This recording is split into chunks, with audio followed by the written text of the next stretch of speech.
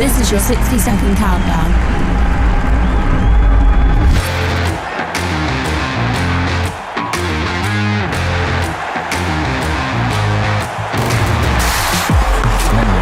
Just swept away.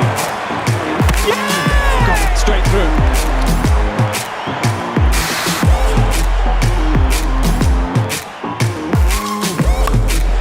And that is beautifully done.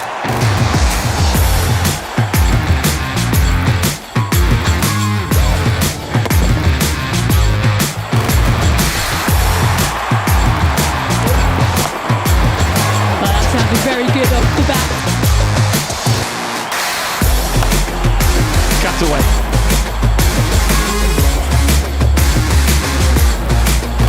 Oh my goodness! 10, 9, 8, 7, 6, 5, 4, 3, 2, 1. It's game time. Hello and a very good morning to Bears TV as we get ready for this Women's Vitality T20 Blast fixture between the Bears and the Essex Eagles, coming to you live from a glorious EdgBLASTon. My name is Aaron Viles, I'll be your host and lead ball-by-ball commentator for the action today, and alongside me as ever is Bears all-rounder Chloe Brewer. Chloe, in terms of the action today, looking forward to it?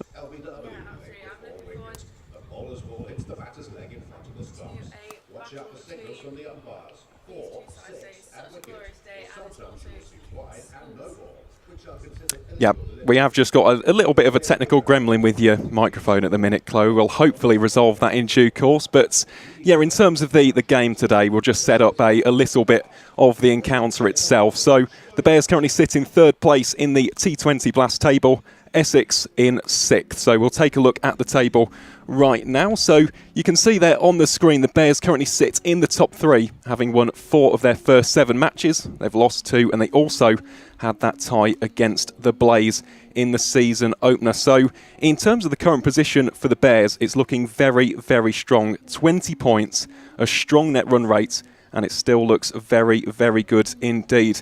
In terms of Essex, well, they've played 6 matches. They've won 2 and they have lost 4. So the Eagles currently sit on 9th place. Sorry, on 9 points in 6th place with a negative net run rate. Hopefully those technical gremlins will have dissipated now as we welcome back Chloe Brewer to the studio. So, Chloe, just before we go through the toss result and the teams, in terms of the current position that the Bears find themselves in, it's a pretty strong one, isn't it? Yeah, that's a really strong position between Hampshire and the Bears. It's quite a big gap, and hopefully carry on winning, and that gap will get bigger and bigger towards the end of the tournament. Most definitely, yes. So just for those who are maybe not quite familiar or au fait with how the competition works this season, the top 3 go through to finals day, with the top team going straight through to the Kia Oval. So at the moment it would be Surrey having a home finals day, but as we know, things can change very, very quickly in this competition. And in terms of today's match, we did see the toss a little bit earlier. We'll take you through the results of that now. The Bears have lost the toss and they will be having a bowl first. So Essex going into bat. And Chloe, in terms of that decision from Grace Scrivens, from the visitors, I mean, it's something which I think both of us would have agreed with, to be honest. It's a nice surface. It's one where teams do tend to bat first and win matches. Is that going to be quite difficult for the Bears today to try and chase this down against what could be a pretty strong Essex bowling attack?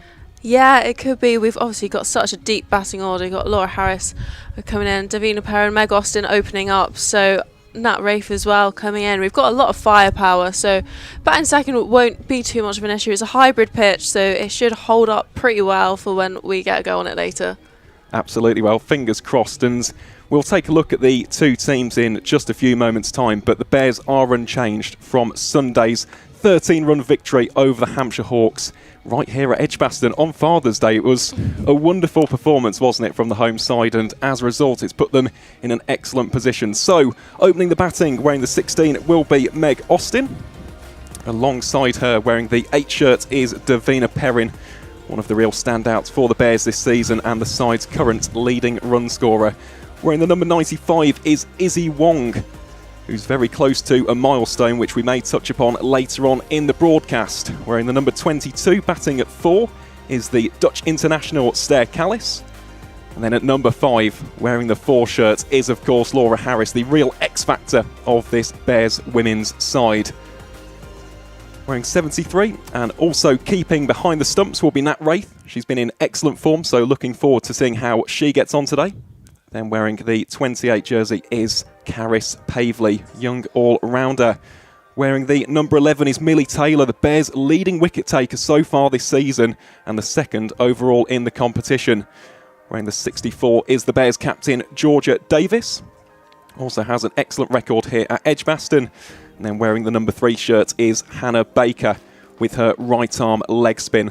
Also, Phoebe Graham is playing today. She just doesn't have a number so far. So, yeah, we will see her probably opening the bowling a little bit later on for the Bears as we get towards the start of the game. And we do also have the news of the Essex side, so we'll cue to those in just a few moments' time. But the Bears unchanged from that victory over the Hampshire Hawks. So, Chloe, in terms of that decision to almost stick with this winning formula, I'm guessing that you would agree that it's the right one at this stage of the campaign. Yeah, absolutely. You don't change a winning team, do you? They did so well the other day against Hampshire Hawks. Why would you change that, really? Yeah, hopefully the girls will take the confidence from that game into today's battle against the Essex.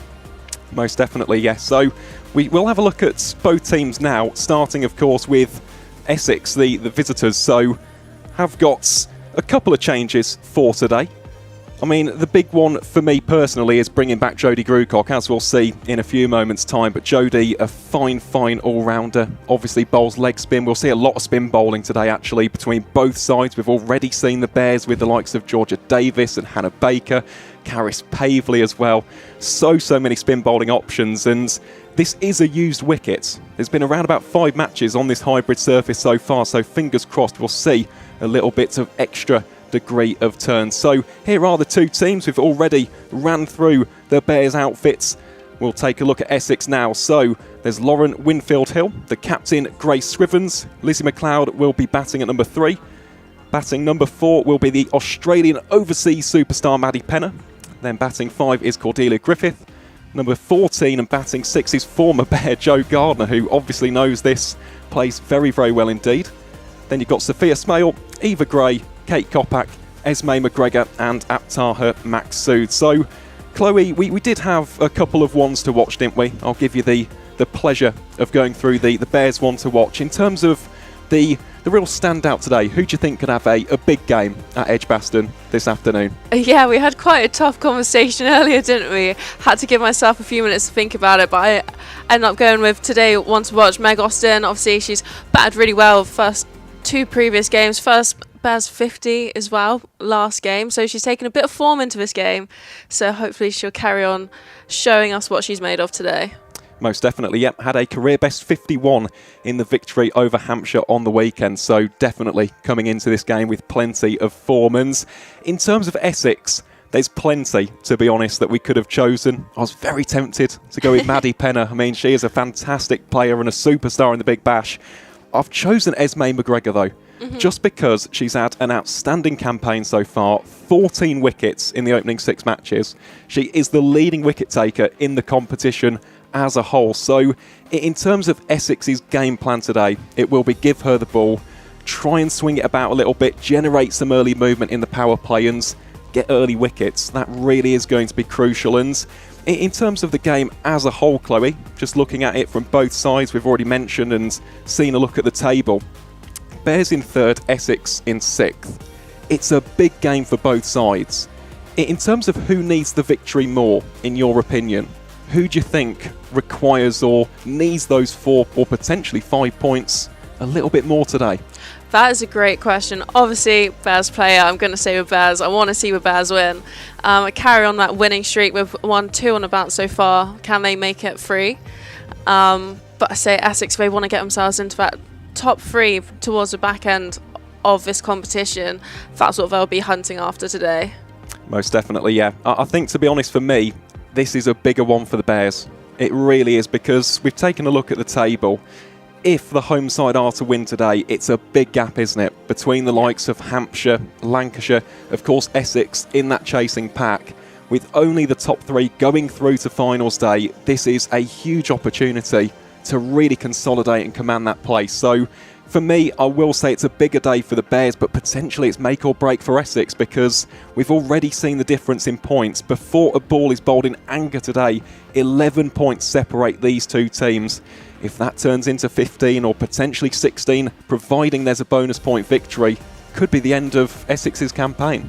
Yeah, exactly. It's looking like that. It's a huge game for both sides, as you say, but creating that gap, making it even bigger, will make it even harder for any other teams to break into that top 3. Yeah, absolutely. And yeah, it's going to be a very, very tense battle towards the end of this campaign. So we've already spoken about EdgBLASTon today. It is absolutely glorious, 27 degrees and sunny here in the second city, and it's a special day actually for the club. It's something which has been a little bit of a tradition in recent seasons. You can see them on your screen there. We've got plenty of school kids here at the Fortress today. So in terms of playing in front of those youngsters, Chloe, they always make a lot of noise. They bring a lot of energy, enthusiasm, passion to every single fixture. How much can the players feed off of that today? Yeah, absolutely. I'm sure we'll have a U Bears competition in the Holly stand between the schools that have turned up today. But it's just great, isn't it? The kids don't run out of energy, and I'm sure the players will be buzzing off that energy that they provide, and you can see them there. We've got some balloon hats already out in the Hollies. They're going to have a great day. Yeah, they definitely are, and it's such a great day, isn't it, for cricket? It's one of those perfect days. We're set for some very fair weather. The sunshine is meant to last all day, and yeah, we're in a little bit of a heat wave, aren't we, in the UK at the minute? I mean, it's very, very weird, I must say, to constantly be in shorts and short sleeve shirts, but yeah, long may this warm weather continue. And of course, this isn't the only match day this week, is it? We'll touch upon this in a lot more detail later on, but of course on Friday, the double header. The Midlands rivalry really kicks into gear. The women taking on the Blaze in the afternoon match, and then of course it's the Bears versus Pairs on the evening. So yeah, it's a big week, isn't it, for the Bears in both campaigns, and yeah, today is a pivotal one in terms of just consolidating that place in the top 3. And yeah, just look at those visuals. Absolutely spectacular here in Birmingham. We've got the view of the skyline from our vantage point here in the commentary box, and in terms of the venue itself, Chloe, it's a special place, isn't it, to go out there and actually play your cricket? Yeah, for sure. I mean, I'm so lucky to call this my home ground. It doesn't really get better than this. The vibes around the ground, the people that come and support, is up there for some of the best in the country, isn't it? Especially the views from up here. We're so lucky to be able to see the city behind us, and on glorious days like this, it makes it even better. It certainly does, yeah. It's one of the most special places in the entire country. One of those venues where there's hardly a bad seat in the house, and of course there will be plenty of noise today from those school children and the fans and members in attendance. And thank you to all of you two tuning into our coverage here on Bears TV today. Will just be myself and Chloe. Unfortunately, there's no Adam Bridge or Atif Nawaz, but we'll see those guys on Friday. So we hope that you're tuning in, fellas, and we hope that you enjoy the coverage as well. But in terms of this game, Chloe, we've already spoken about the toss results, so Essex will be batting first. In terms of a competitive or substantial total, what do you think the Bears will try and restrict the Eagles to from these first 20 overs? We've seen a lot of runs at EdgBLASTon for the last few weeks. Scores coming in between 160 to 180 region. You said the average was, what did you say? 176. 176. So I say if you can restrict them to anything under like 160, 150, 160 plus will be a very good game. 140, 150, I think they might have undercooked it a little bit, and that'll be what the Bears will try and restrict them to, I should imagine. Yeah, absolutely. But that's a lot easier said than done, isn't it? Because we've already seen that Essex team with the likes of Lauren Winfield-Hill, who's an icon of cricket in this country. Grace Scrivens as well. I know we haven't really touched upon her in great detail as of yet, Chloe, but in terms of the wider conversation, and I know a lot of people have mentioned future England captain, but Grace Scrivens, as a player, she will be very dangerous across departments in this match. Yeah, absolutely. I was going to say Scriv. Grace is such an all-round player. She scores runs in pretty much any format that she plays. So I say these 2 wickets up front will be huge for the Bears. They'll really be looking after to get her out, really. And that left-hand, right-hand combination will throw the bowlers off a little bit. Yeah, I think I saw that as an opening pair, they've been averaging 36, I believe. So it's a pretty solid opening pair to start the Essex match off, and they'll be going hard. Yep, they will, and we'll talk about power plays later on in the piece, but this has been a real strength of the Bears so far this campaign, is not just scoring runs with the bat in hand for the first 6 overs, it's also been taking wickets. So here at EdgBLASTon, they usually take in 2 or 3 wickets every single power play, which, you know, we go back to that tale, it's a stat as old as time, but if you're getting 3 wickets in a power play, you tend to win your matches, don't you? Oh, that's huge, isn't it? It's just stops the opposition from being able to build a platform to jump off and create their innings. You can't do that from 3 wickets down. Your best players are back in the dugout. How can you go on from there?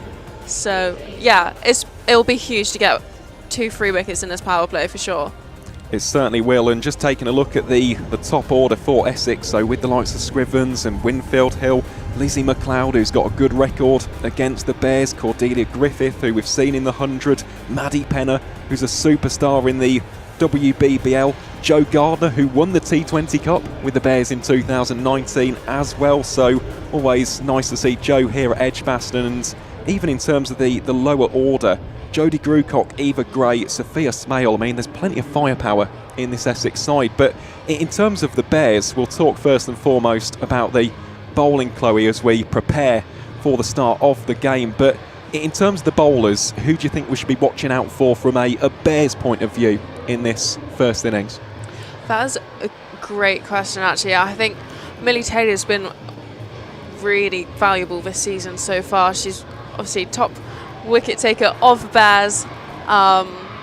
So I say she's definitely one to watch, gets a breakthrough, but also you can't ignore our opening bowling pair, Izzy Wong opening up, a little bit of a way swing, and she's pretty close to a potential milestone. She certainly is, and you can hear there the noise through the FX mic. The school kids making plenty of decibels here at EdgBLASTon today as we prepare for the start of this Women's Vitality T20 Blast encounter between the Bears and the Eagles. The Bears making their way out into the middle, and shortly we'll see Grace Scrivens and Lauren Winfield Hill as well. So it's a big day, isn't it? It's a wonderful Wednesday here in Birmingham. It's always great when the Vitality T20 Blast comes along, and yeah, this should be a great encounter indeed.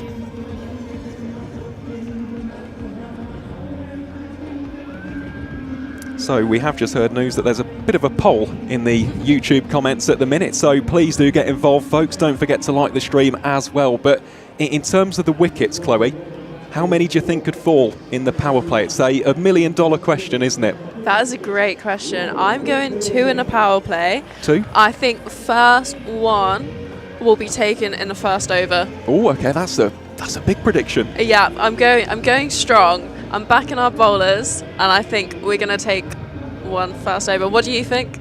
That's interesting, because I mentioned the stat earlier, didn't I? So the average is 2. I think I'm going to go with 3. I think that the Bears could get off to a good start today. So we've got 2, 3. And remember, folks, that you can get your predictions in that YouTube chat. And yeah, we'll be keeping you company throughout the entirety of the game today. So it will be Izzy Wong to start off with from the pavilion end. Hear the reaction there from the school kids. Of course, Izzy, a very popular member of this Bears team, and she will be bowling the first ball of the game to Lauren Winfield Hill. I mean, what a matchup this is. Yeah, you don't get much better than this, do you? Here we go then. Izzy Wong for the first time in the match.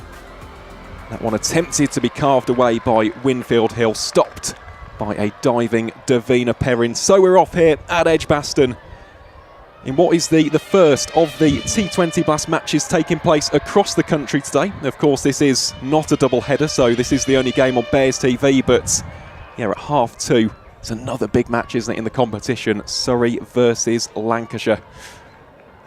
It's a huge day, potentially, in terms of the fight for the top 3. So Wong bowls that one a lot fuller. Yeah, what result would you like to see from that 2:30 game later?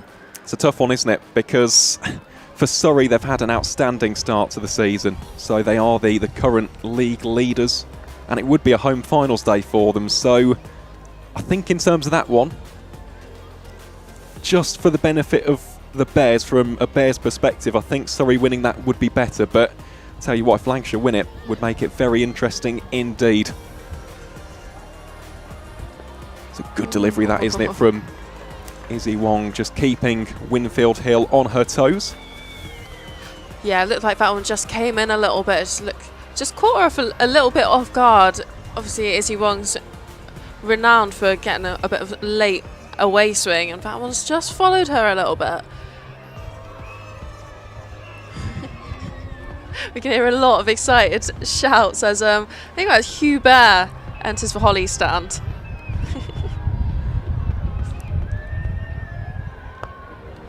Well, that will be the first boundary of the game. Dismissive from Lauren Winfield Hill. A little bit too wide there from Izzy Wong. Invited the shots. Square of the wickets. And the low knee from Yorkshire gets Essex off the mark in fine fashion indeed. We'll take the replay there. That is a very nice way to get the runs on the board, isn't it, Chloe? Yeah, that's one way to get off the mark for sure. Set up Lauren Winfield Hill's innings here. Obviously on loan from Yorkshire, so I'm pretty sure you've done a fair bit of coverage for her this season. Certainly have. That one very full from Wong, just driven back past the bowler for no run. Yeah, I'll tell you what, Hugh and Carmen will be celebrities, won't they, in the Holly stand today? Absolutely. Lots of high fives and mischief. They are very mischievous bears, aren't they? Absolutely.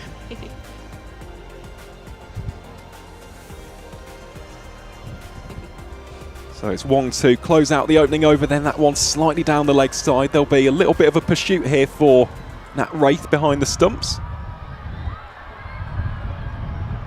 In the end, they think about coming back for a third. I think it'll just be 2 there between Winfield Hill and Scrivens. Indeed it is, and that is the end of the opening over. So Essex 6 for none, all of which came off the bat of Lauren Winfield Hill. So this will be interesting to see the change of the bowling here, won't it, Chloe, in terms of the first over from the Birmingham end? Because we thought it could have been Phoebe Graham. However, it appears as though it's going to be Caris Pavley. Yeah, we've started off with some spin, which is quite a good change here. Caris has done a lot of bowling and power play during his T20 campaign. I think the chopping and changing between seam and spin has worked really well. As you said, we've taken 2 free wickets every game, so I think this is a good matchup here. Slightly used pitch, it might just hold up a little bit. Caris took the wicket of Grace Scrivens earlier in the competition, so I think this is a pretty good matchup. Well, let's see if she can get a repeat of that. She's just toying about with the field slightly. I think it's Davina Perrin out there at deep mid wickets. Yeah, 2 just wide. Well, that one will sneak through. It's racing away to the boundary. This could be the second 4 of the innings. Indeed it is. Just beat the dive of Millie Taylor on that occasion. Grace Scrivens, a little bit like Winfield Hill, gets off the mark with a boundary. Yeah, she's just snicked that behind there. Quite a fine little tickle, and that's just raced away.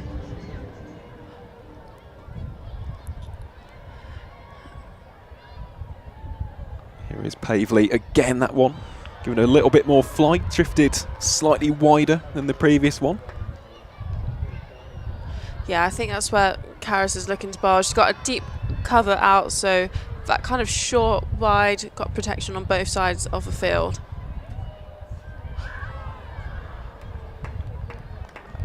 Do you reckon she got a little tickle on that? Well, that's interesting, because the reaction of Nat Wraith behind the stumps potentially suggested that there was. Conversation being had between Scrivens and Winfield Hill, the two batters in the middle.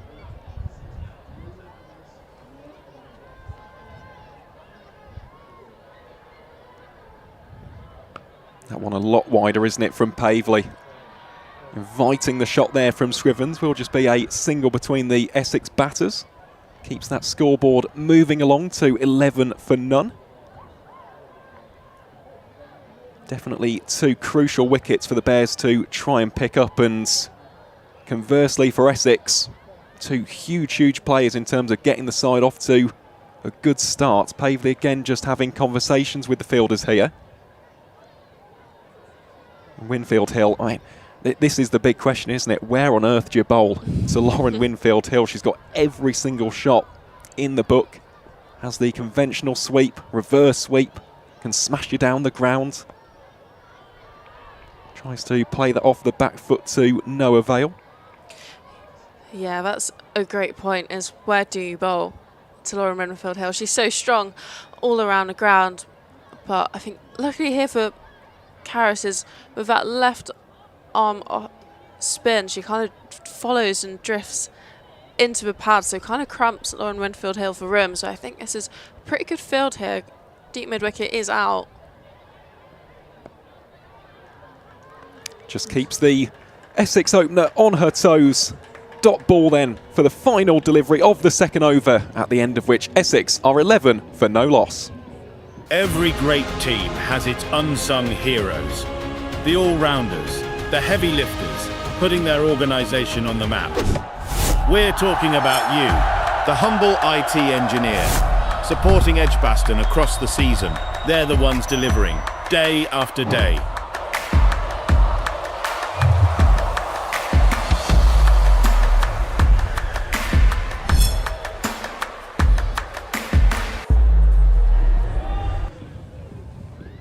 So we'll be back to pace here for the Bears. Izzy Wong prepares to bowl her second over from the pavilion end. Again, some more chopping and changing with regards to field placements. Izzy just trying to get the fielders in the desired positions. Got a deep backward square leg, a deep fine leg, and aside from that, it's quite an even field, isn't it, in terms of the split between on and offside. More protection on the inner circle. Outside the eye line there of Grace Scrivens, who, again, we've spoken at length about Winfield Hill, but Grace is another very talented batter with plenty of weapons in the arsenal. Yeah, for sure. I think this is a pretty good matchup, actually, with Izzy Wong bringing it back in there. It's challenging Grace's balance, actually. Will she fall over with the angle? But the field's set, obviously, for her to just help it on its way. It certainly is, and you can see there Izzy trying to tail it back in with that natural movement back into the left-handed Scrivens. Just lost the radar on that occasion, so wide was given. Yeah, that's it. The advantage of having a left-hand, right-hand combination to start that innings. It just messes with the bowler's line and length to start off with. You just kind of have to reshuffle yourself. Izzy Wong's changed to come right arm around the wicket. So just puts a little bit of pressure on the bowlers here. It does, and also for the fielders as well, having to constantly chop and change. It's Wong again, look at that movement, trying to tail it back into the stumps. That's been played superbly though by Scrivens. Chase on for Davina Perrin, and it's one which will be won by the ball. So it's the third boundary of the innings already for the Essex Eagles, who move on to 17 without loss. And yeah, over 5,000 people tuning into our coverage here on Bears TV already on this wonderful Wednesday in the Vitality T20 Blast. We hope you're enjoying the coverage, and of course the commentary from myself, Aaron Files, and Bears all-rounder Chloe Brewer. And yeah, we're set for a cracking encounter here between two sides who are desperate for a place in the top three. Oh, that was a great ball. That was very well dug out from Grace Scrivens there. I'm sure she would have been pretty mindful about her toes on that occasion, for sure.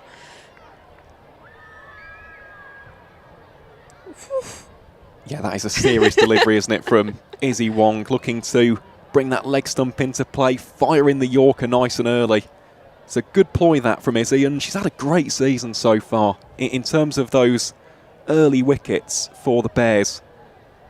Really has set the foundation very nicely in 2025 so far, and it's also been a good response after that boundary from Scrivens, 2 back-to-back dot balls. Yeah, she's just settled into her line and length now a little bit. That's what she's trying to achieve, is kind of force Grace Scrivens to fall over a little bit and leave all 3 of those stumps open.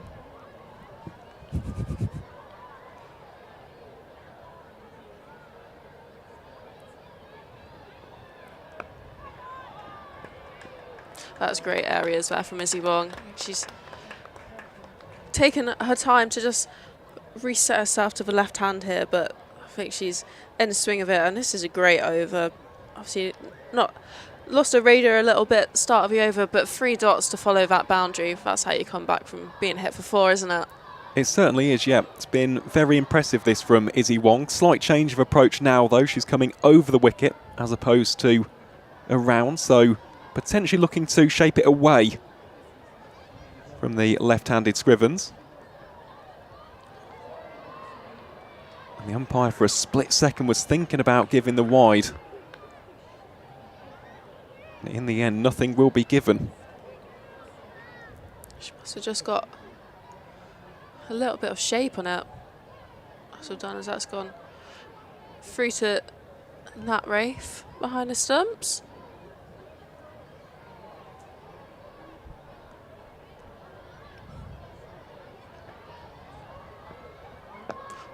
It's another top delivery, that, isn't it, from Izzy Wong to round out what in the end is an excellent over. Started off with those 2 wides, conceded the boundary, but after that, well, 5 dot balls, so just 6 runs off the over. Essex 17 without loss after 3. I mean, that's a great over, isn't it? From these 2 opening pairs, they haven't been looking to run as and with much intent as what we sometimes see with the Bears innings. Obviously with Bears innings, the girls scamper through for quite a lot, but these 2 seem really calm at the crease and kind of look happy to kind of settle themselves in. Obviously they've batted quite a fair bit so far in this T20 campaign. As a pair, averaging 36 up front is pretty good. Certainly is. Yeah, we'll see the Bears openers a little bit later on in the piece today. It will be Meg Austin and Davina Perrin. Of course, we just saw the graphic there of the match centre. You can visit that on the EdgBLASTon website for enhanced coverage of all of our T20 fixtures, and indeed all of our fixtures across formats this season. So if you want to get involved with the match centre, go to the EdgBLASTon website. It will be Caris Pavley then to continue from the Birmingham ends. Attempted pull shot out towards deep mid wickets. Goes for no run there. There is a lot of excitement in that Holly stand. Shot. Well, there is the reverse from Lauren Winfield-Hill. It's the first time we've seen it today. I don't think it's going to be the last time, to be honest. The shot was there with regards to the field placement, just had to get it fine enough. And the execution on that occasion was absolutely top-notch. Essex 21 for none. What a shot that was, as you were saying earlier. Wedgie ball to Lauren Winfield-Hill. She's got all the shots around the ground, and yeah, I don't think that's the last time we're going to see that shot today.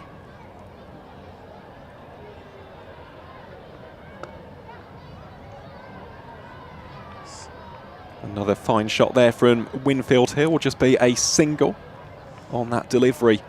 Yeah, just to touch upon Lauren in a bit more detail, because having watched her a lot for Yorkshire and of course England as well over the years, there are just so many scoring options. So we mentioned about the sweeps, but she's got that very powerful pull shot. Usually goes in front of square leg or out towards deep mid wickets. Then of course has the quintessential cover drive and the on drive as well, as Pavley again is reversed, this time by Grace Scrivens, not to the same efficiency, but it will be 2 more runs to add to the tally nonetheless. Phoebe Graham doing the fielding on that occasion. Excited to watch her bowl, of course, today. Currently on a short-term loan from Lancashire. Bears without Em Arlott, who has had, again, just a phenomenal start to the season in both capacities. Yeah, for sure. She started off so well here and earned her England call-up, and she's taken out with 2 hands and kind of settled into that England setup really well, showing what she can do. And but yeah, we're obviously so proud of her to have really achieved that step up, but want to see her in Bears colours soon. Well, that's another reverse, isn't it? Attempted by Scrivens, plays that one in front of square leg. Will just be a single. I'm quite impressed with that shot. That was a fairly quick ball from Caris Pavley there, and Grace Scrivens has managed to still reverse that, obviously a bit higher up the ground than she probably would have liked. Yeah, it's an audacious shot, isn't it, from Grace Scrivens? But again, in terms of enterprise, in terms of lateral thinking, it is something which she is all about as a batter.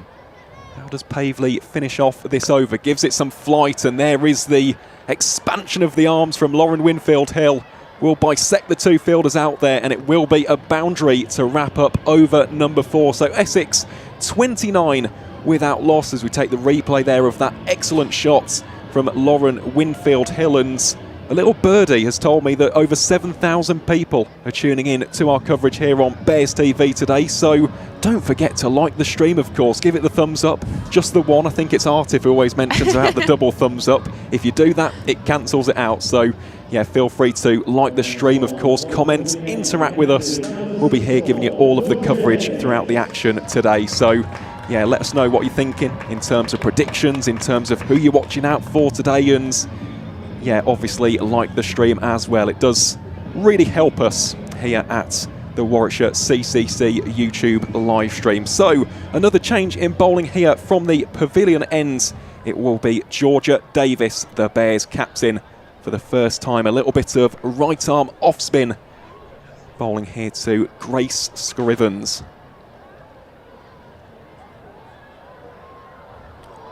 And that has missed absolutely everything. This will go through for wides potentially. Yeah. Just waiting for the signal from the umpire. Instead, it's gone for bye, so it'll be 4 to add to the tally there. That's just gone through everything, hasn't it? It's just Grace Scrivens just got herself in front of it. Nat Rafe can't see that, and gone for a reverse sweep as our options on nobody behind that other than a backward point.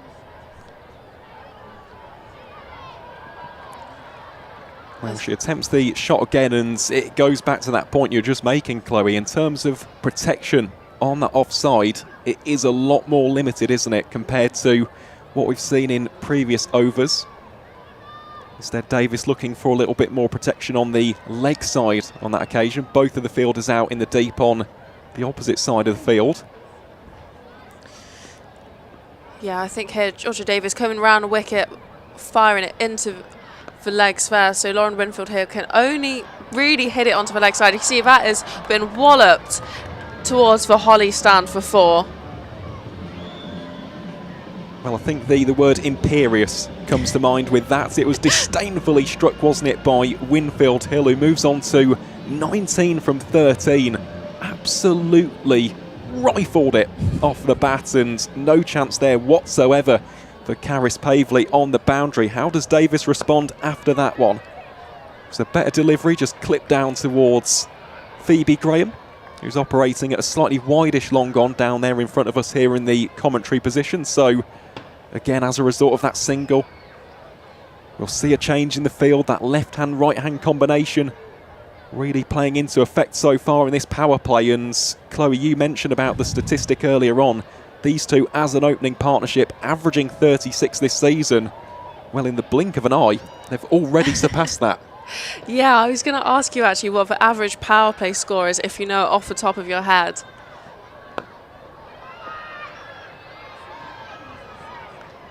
Well, there won't be a single on that occasion. So far this season, even though we've spoken about the fact that EdgBLASTon has been pretty high scoring, 176 is the average first innings score. Scrivens again looks to advance down the wicket, gets a decent connection on that out towards deep mid wickets.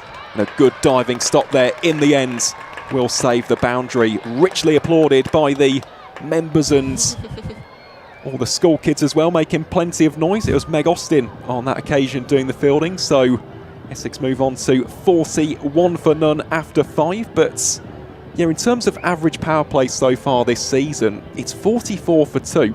So it has been relatively low, but the caveat of that, of course, is the fact that the Bears have been so proficient in the first 6 overs. So I think the highest is actually around about 41 for the opposition, so already Essex well and truly exceeding that, and it has been exactly the start that the East Anglian outfit did require. Yeah, they've started off well. They were a little bit quiet those first 2 overs, getting themselves in, and now we're starting to see the fireworks that these two can bring to the pitch. And that is the danger, isn't it, for the Bears, of course. We know exactly what these two are about. It's not really a trial of fire and ice, it's a trial of fire and fire. Both of them very hard-hitting and destructive opening batters. Can Phoebe Graham get the first breakthrough of the day? Bowling here to Winfield Hill. Good diving stop there in at short cover. Prevents any runs being scored. I think that was Laura Harris, wasn't it? The Bears overseas player. I mean, what a character she is.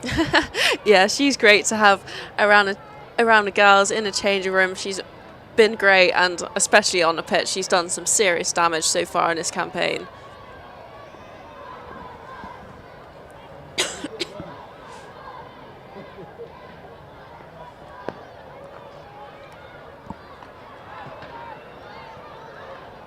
Slight misfield there at mid-on, but no harm done for the Bears on that occasion. Yeah, we'll talk about Laura Harris in a lot more detail a little bit later on, but goodness me, she has been a stellar signing, hasn't she, in terms of those rapid, quick-fire 50s, the barnstorming 6s, the scintillating strike rate. I mean, so many superlatives we could talk about with Laura Harris. She really has been one of the premier overseas talents in the competition so far, and this has been a very good start to the over here from Phoebe Graham. Oh, well, it's a big swing and a miss there from Winfield Hill, looking to attack that ball with the pull shot. Yeah, I think she just preempted there. Deep square, fine legs, gone out. A slight change. She must have been expecting one out ahead, and she's gone back, and that's just gone between herself and the stumps by a couple of centimetres there. This is a great start to the over from Phoebe Graham. Well, that is inside out, over cover. It's quite a quick outfield here at EdgBLASTon. There will be a chase on, and that is some outstanding fielding in the deep. Great relay fielding from the Bears to prevent the boundary. In the end, of course, Essex do scamper through for 3 runs. It's some good strike rotation there, but I think it was the captain, wasn't it, Georgia Davis, hurtling over towards the rope and saving that additional run. They all count in the T20 format. They absolutely do. We've seen so many come down to the wire. Obviously, that tie with Blaze earlier in the season, it just shows how saving that 2 runs there. That's a great dive from Georgia Davis. That's some serious chase. Yeah, every run counts, doesn't it? It most certainly does, and the other factor, of course, is when your captain's doing that, putting the body on the line, showing that hustle, that commitment, that desire to stop those extra runs. Really does help. Now that one has gone a mile up in the air. This one should be a catch and taken. Phoebe Graham gets the big wicket of Grace Scrivens, caught by Laura Harris, and the Bears finally get their first wicket of this power play. Essex 44 for 1. Phoebe Graham, well, this is exactly why she was brought in, Chloe, to do that and get those key breakthroughs. Absolutely, the wealth of experience that Phoebe Graham brings, and you can see from us over 3 dots, a free and a wicket. Grace Scrivens, the captain, on her way back to the dressing room. That's huge. It is huge, and again, it goes to show the importance of your ground fielding, because that 3 put Scrivens on strike, and now the Bears have got that first wicket. So Georgia Davis, I mean, she'll probably be reminding her fielders there that that's the kind of standard that the Bears need to be looking for today. So we just take a look at the replay. It was spooned up, wasn't it, from Scrivens? The shot was on, just wasn't quite the timing on that occasion, and simple catch for Laura Harris in at short mid-wickets. That's a big moment in this game potentially, and a big wicket for Phoebe Graham, who's bowled marvellously so far. Yeah, for sure. I think this is a great decision to bring her in to close off the power play, and you can see 1 wicket down, and that just breaks that partnership that was creating a really good platform for the Essex batters here. Lizzie McLeod to replace her for this final ball in the power play. And finishes with a dot ball. That is an excellent opening over from Phoebe Graham. Goes for just 3 runs, gets the huge wicket of Grace Scrivens, and at the end of the power play, Essex 44 for 1. So it's interesting, isn't it, Chloe? We're speaking there about the barnstorming start that Essex had in this game, and the boundaries which were coming with real freedom and fluency for the likes of Winfield Hill and Scrivens. But that last over now has made that power play bang on the average. The average is 44 for 2, Essex 44 for 1. It's not a bad start, is it, for the Bears? No, this is a really good start. They haven't given too much away. Grace Scrivens and Lauren Winfield Hill started to show the fireworks that they can bring towards the back end of that power play, and they've ended up in a good position, but not as good as what they would have hoped for. No, it is. It's a great comeback and a wonderful first over that from Phoebe Graham. And another change in the bowling then here from the pavilion end. For the first time today, we'll have a look at the right arm leg spin of Hannah Baker.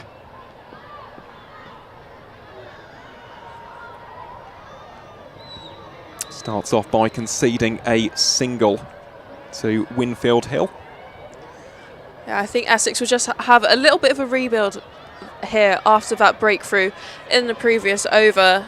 Lizzie McLeod will just take her time to get off the mark here. She's so strong down the ground, and that's where the boundary is slightly smaller, quite big square of a wicket, so that does play into a strong point, but could it be her downfall too?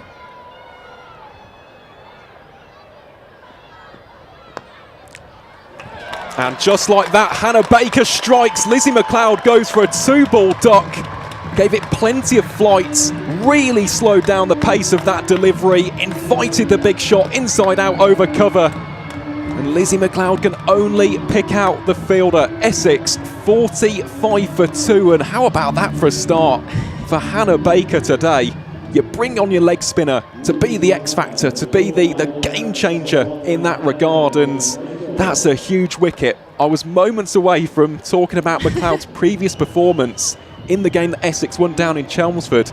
Scored a quick-fire 44 from 24 deliveries. But her race for today is run. It's a really simple catch, and you can see the reaction there of Hannah Baker. That is a wicket that the Bears were absolutely desperate for. Yeah, I mean, that's huge. Lizzie McLeod brings so many fireworks to the game. But yeah, I mean, that just swings the pendulum into the Bears' corner here. Momentum, picking up those wickets. Essex will be looking after a little partnership here, and well, will they struggle to form one? Will the wickets keep coming? That's what we will soon find out. Well, it will be Cordelia Griffith who comes into the action then for Essex. Facing up here against Hannah Baker. It's a good start, isn't it, for the Essex number 4. Just plays that comfortably off the back foot for a single. Keeps the scoreboard moving along, but the Bears now really beginning to apply some real pressure here. Yeah, for sure. I think Essex will be feeling a little bit under it. Obviously choosing to bat first. But I'm sure that will release some pressure. That's been hit hard, down the ground, over mid-on. Lauren Winfield Hill's got something about her today. She most certainly has. Also brings up the 50 for Essex here in the 7th over. Moves Winfield Hill up to 28 from 20, and this is the danger though, isn't it, for the home side? I mean, these boundaries really flowing with great consistency from the Yorkshire Loney.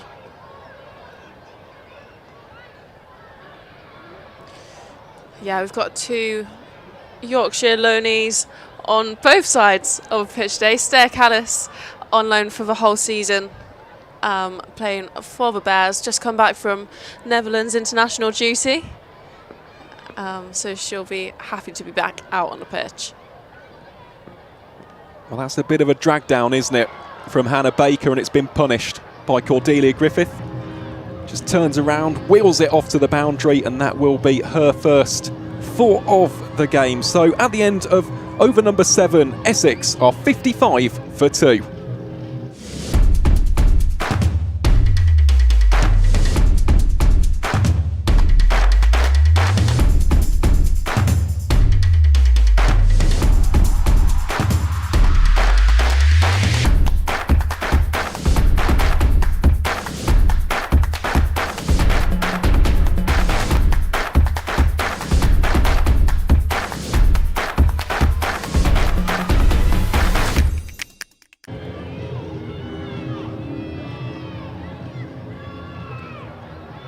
So Essex 55 for 2. Winfield Hill on 29 from 21. Griffith on 5 from 2. It will be Georgia Davis here from the Birmingham end to continue her spell. Went for 8 in the first one. And this is the real crucial juncture, isn't it, Chloe, for Essex here? It will be a trial by spin. As Davis bowls here again. Gives it plenty of flight. It's hit down the ground up towards Davina Perrin, who takes that very casually, might I just say. Just plucks it out of the air one-handed. Great bit of fielding that, and restricts it to just a single. But, of course, still got Millie Taylor to come into the piece as well. Feels like quite a key part of the game for Essex too, to navigate here and lay that foundation, as you said. Yeah, I think it's a huge partnership here. And it's broken! Square leg, and that is huge for the Bears. Lauren Winfield here, they've tried to steal a single in the ring, and, well, it hasn't paid off. Lauren Winfield here, the person in form, 30 of 23, who has been blistering some boundaries, is on her way back to the dressing room. You look shocked. I am, to be honest, Chloe. I'm not entirely sure why the quick single was the option there, but as a result, Essex lose a 3rd wicket in quick succession, and that is a huge one. Huge breakthrough for the Bears. Winfield Hill, who looked $1 million in fine form, has been run out. And we'll see this again. It's a lovely throw, isn't it, from Georgia Davis, just over the stumps. Nice height for Nat Wraith, who whacks it into the stumps, and it's a needless wicket for Essex to give away. I mean, that's a great wicket there, though. Calm and collectedness from G, throwing off balance at a right height for Nat Wraith to just take the stumps.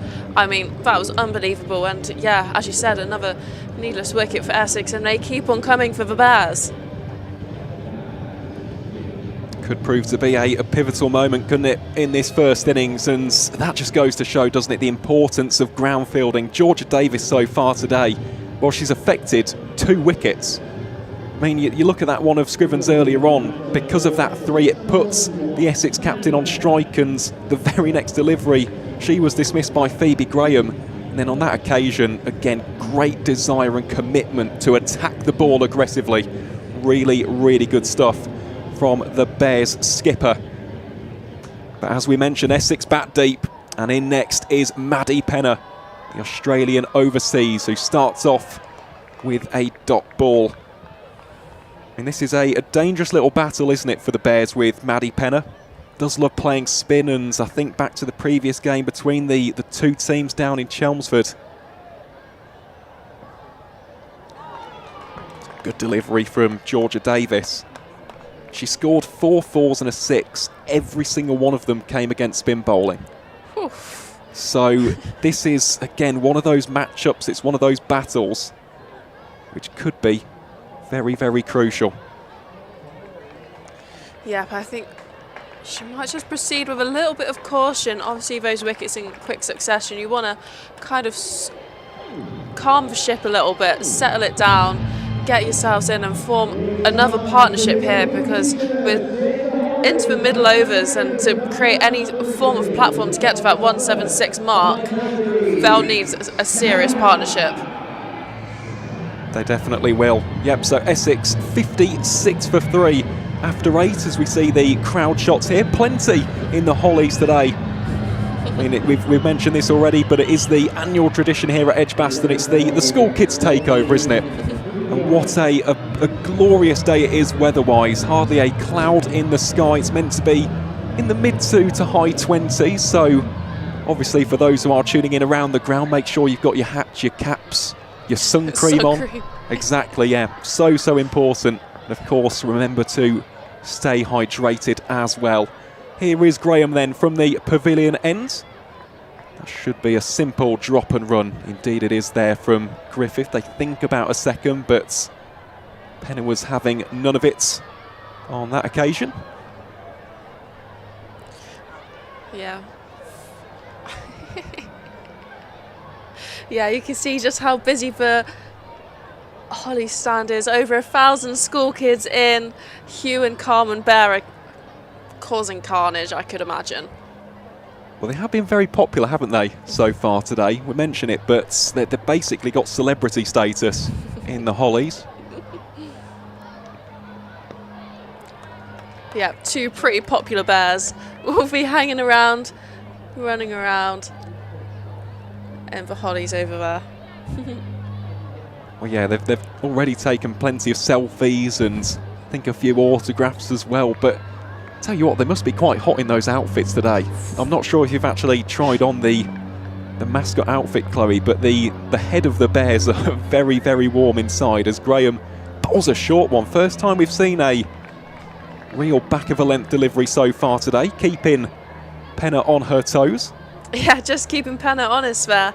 That's the first bumper we've seen from Phoebe Graham, and that was really well executed. She's got it up head high. Don't really want to touch her as a batter because you end up top edging it, and that's your ticket back to the dressing room.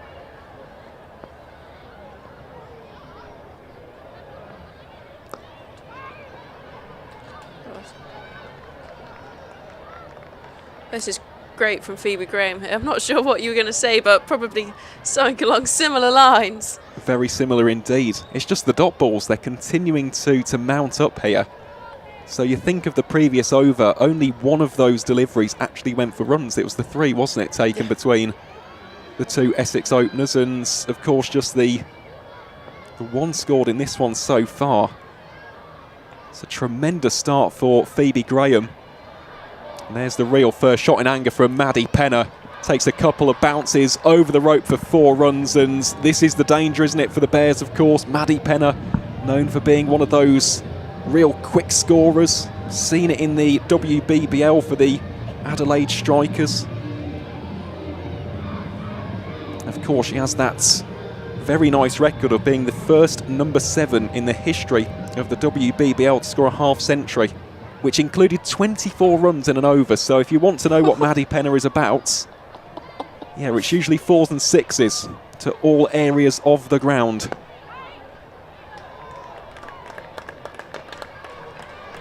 I mean, that's huge, isn't it? That's a destructive play if you've seen one. 24 runs in an over. I would not like to be the bowler. No, absolutely not. No, it must be an absolute nightmare in terms of those analytical matchups. Whoever's got the unwanted task of bowling to Maddie Penner, you must be thinking, oh, well, you hope it's not her day. Because when it is, you can go for a lot of runs. So that is the end of the 9th over. Essex 61 for 3. Penner on 4 from 8 and Griffith on 6. And for the first time today, we're going to see some left arm wrist spinners. Millie Taylor, the Bears' leading wicket taker of the campaign so far, prepares to bowl from the Birmingham ends. This should be exciting.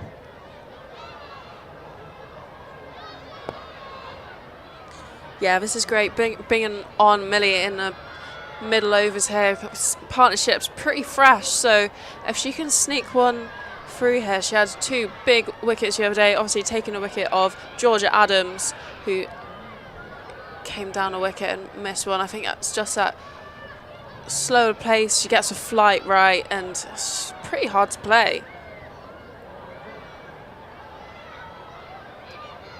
Just some changes in the field here taking place from Taylor. We'll talk about that in a little bit more detail in a second, Chloe, because I'm quite interested to know how everyone plays her. Well, that one is aerial by Maddie Penner, and that one will race away to the boundary for 4 runs. A second 4 for the Australian overseas player. And there you go, just deals in boundaries, especially against spin. Just pick that one, full face of the bats, easy pickings. Yeah, for sure. I think this is actually a really interesting field here to Maddie Penner. You've had extra covers just coming in at kind of 2 at mid-on, that region.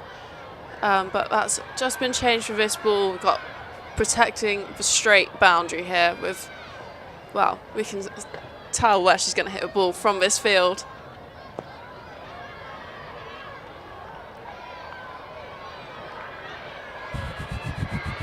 Yeah, so destructive down the ground. And after this delivery, Chloe, I would just like to ask a little bit more about Millie Taylor. She's bowling here to Penner, who looks to whip that around to deep square leg. Will just be a single. Of course, we don't often see left arm wrist spin at any level of the game, really, especially in professional cricket. It's one of those almost unicorn abilities, isn't it? You see so many right arm leg spinners, left arm finger spinners, but not too many left arm leggies. Is she difficult to face in that regard, in terms of actually picking her and trying to take those aggressive options as she bowls the googly on that occasion to Griffith? Yeah, I would definitely say so. She's, well, at EdgBLASTon we're lucky to have both in the men's and women's side some left arm wrist spinners. So Jake Lintor and Millie Taylor have done some pretty close work over the winter. I'm sure both learning from each other. And yeah, because you don't come across it so often, you've got to kind of formulate a plan just for Millie. And she's come fresh onto the circuit this year, her first year of professional cricket. And yeah, top wicket taker. She's taken it in her stride. She most definitely is, yeah. 10 wickets already for the Bears in this campaign. The second leading wicket taker overall, behind only Esme McGregor of Essex. So we're actually seeing the top 2 wicket takers so far this season in action today. So Essex 68 for 3 after 10. Partnership beginning to build slightly here. Currently stands at 12 from 15 deliveries, with Maddie Penner arguably being the more aggressive of the 2 so far. But this is the great ability of Cordelia Griffith. I mean, she can really play the accumulator here. Just get an innings of substance, just play around Penner for the time being and keep that scoreboard moving along. Yeah, for sure. Their run rate's just under 7s here, so I think this partnership is huge for Essex, because they will, towards the back end, need a partnership, need a batter who's seen it like a beach ball to get them up to a defendable total. Well, that's burst through the hands of Georgia Davis. Will eventually make its way to the long gone boundary for 4. Maddie Penner gets a little bit of a second life there as Baker invited the big shot. We'll take the look on the replay here. Gave it plenty of air. Davis, I mean, for a split second we thought that would have nestled into the hands of the Bears captain. But as a result, it didn't. Yeah. So Penner moves on to 13 from 12. Essex 73 for 3. It's Baker again opting to give that more flight and just evades a diving Laura Harris. And they come back for the second. That is excellent running from the Essex duo. Chances are coming though, aren't they, Chloe? Yeah, two big chances there. Yeah, it's given Bears just, I mean, it's positive, isn't it? You want catches to be coming. Obviously, pretty hard chances. She's hitting it hard, she's hitting it well. But that'll be really inviting for the Bears because you can tell something's going to come.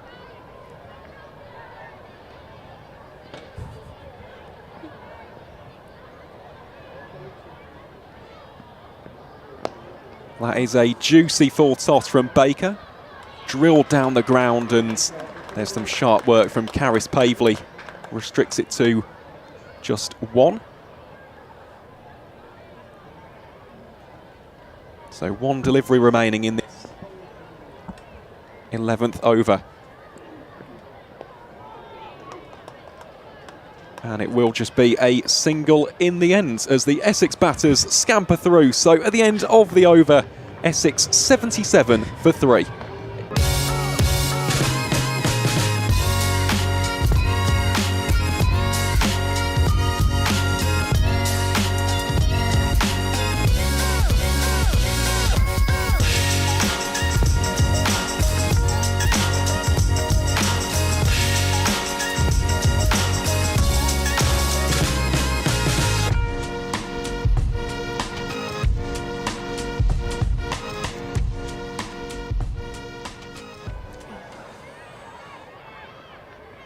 Just a So slight... the first delivery of the 12th over, guided off the face of the bat there from Cordelia Griffith for the single. I believe we've got a poll in the comments at the moment, Chloe, with regards to score predictions. We'll give ours a little bit later on in the broadcast. I think it's slightly early at this stage in the 12th over, but maybe around about the 16th we'll give a little bit more of a concrete answer as Davis squares up Maddie Penner. Yeah, this is a great decision. We've had quite a lot of spin and it's a used wicket, so it just looks like it's a little bit of turn, a little bit of holding up in the pitch because it's causing a little bit of trouble here for the batters. Maddie Penner, obviously very effective against spin, but she hasn't accelerated too much yet.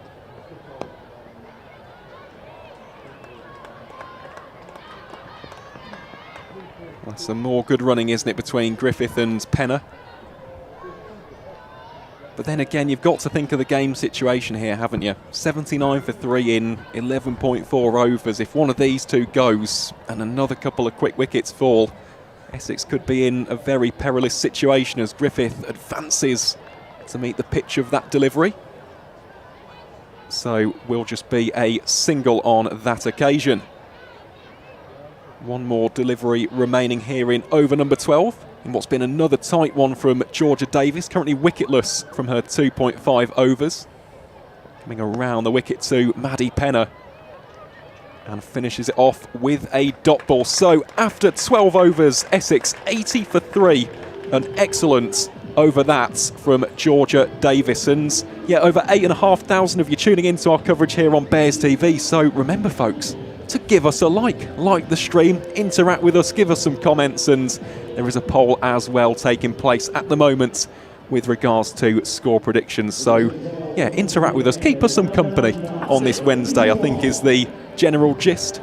And yeah, great to see so many people watching and enjoying the coverage of this incredible competition. Yeah, for sure. It's such a big competition, and for people to get involved, leave us comments, be interactive. We'll answer questions for sure. So keep us busy along with all the action that's unfolding in front of us. Most definitely. And Izzy Wong will come back onto bowl then from the pavilion end. Starts off with a wide.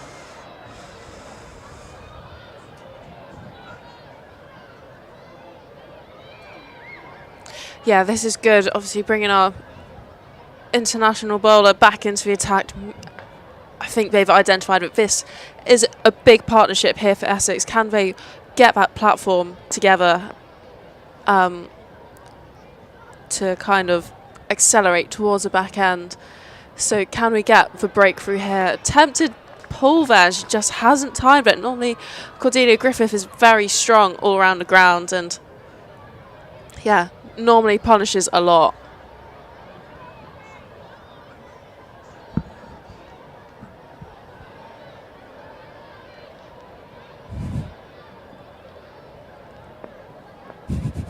So Wong just readying herself at the top of her mark. I was just looking down actually towards the Hollies. I thought that Davina Perrin was throwing a tennis ball back at someone, but it wasn't. It was a water bottle over to a teammate in at deep square leg. You do see it all the time here at EdgBLASTon. I mean, so many times a few years ago it was beach balls or parts of fancy dress costumes, so you never quite know what to expect with the Hollies. Yeah, I'm sure the kids will be living up to these wild expectations of what the Hollies said. Right weather for some beach balls though, for sure. Oh, it's amazing weather, isn't it? At the moment, EdgBLASTon looking resplendent.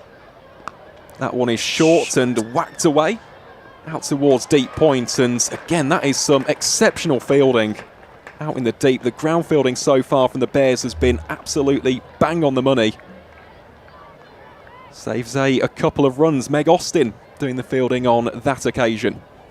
Yeah, that was a great piece of work out there. She's covered ground quickly and fully outstretched dived to stop that, because that was hit hard by Cordelia Griffiths there, and it's racing away. The outfield is lightning quick. Everything is just disappearing off the bat.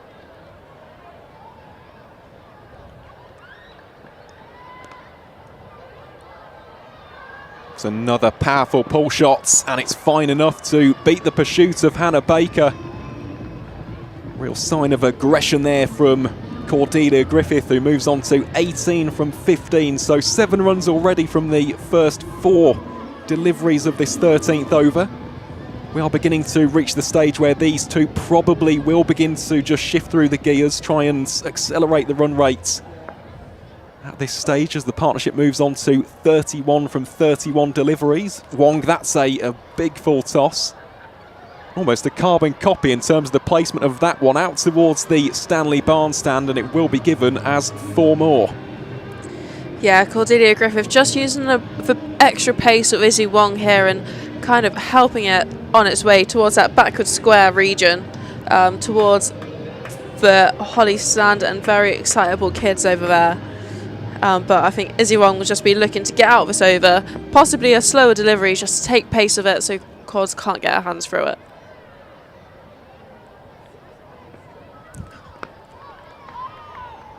Called expertly by Chloe Brewer in the commentary box.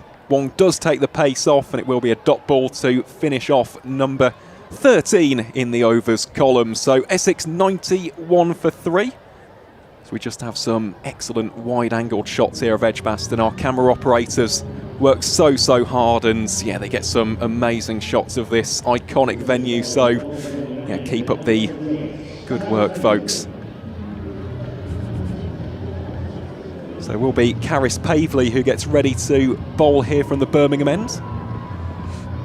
Bowled well so far today as Caris. I think she's been slightly unlucky. Currently has those figures of none for 17 from her 2 overs, but in terms of the variations of flight and pace especially, it's something which Caris really excels in. Yeah, for sure. It's something that's really strong in her locker is actually how much she varies with pace, because as a batter, you don't know what's coming, so how do you know what shot is suitable for ball that she's going to be bowling? And she's pretty on the money with that left arm. She drifts it in and cramps right-handed batters for room. Just like that. Just like that, honestly. I've been on good form today in the commentary box, actually. If I don't say so myself. Yep, top form indeed, Chloe. Very impressive indeed. And it's a definite ploy, isn't it, from Caris Pavley, utilising the natural trajectory, bowling left arm back into the pads of the right-hander. Just as you said, cramping up Penner for space here and limiting and restricting those scoring options, but she's done well there to rock onto the back foot. Simple punch shot out towards deep cover for a single. Yeah, I think these two will be, well, they're starting to look for boundaries, and I think that just really limits their boundary option, because where can you go? It's such a tough shot going into out, over, mid-off and mid-on, and you can only really hit it to the field, as you've seen there, the fielding done by Hannah Baker out in the deep. I think this tight bowling could really halter for Essex momentum going into the back part of the innings.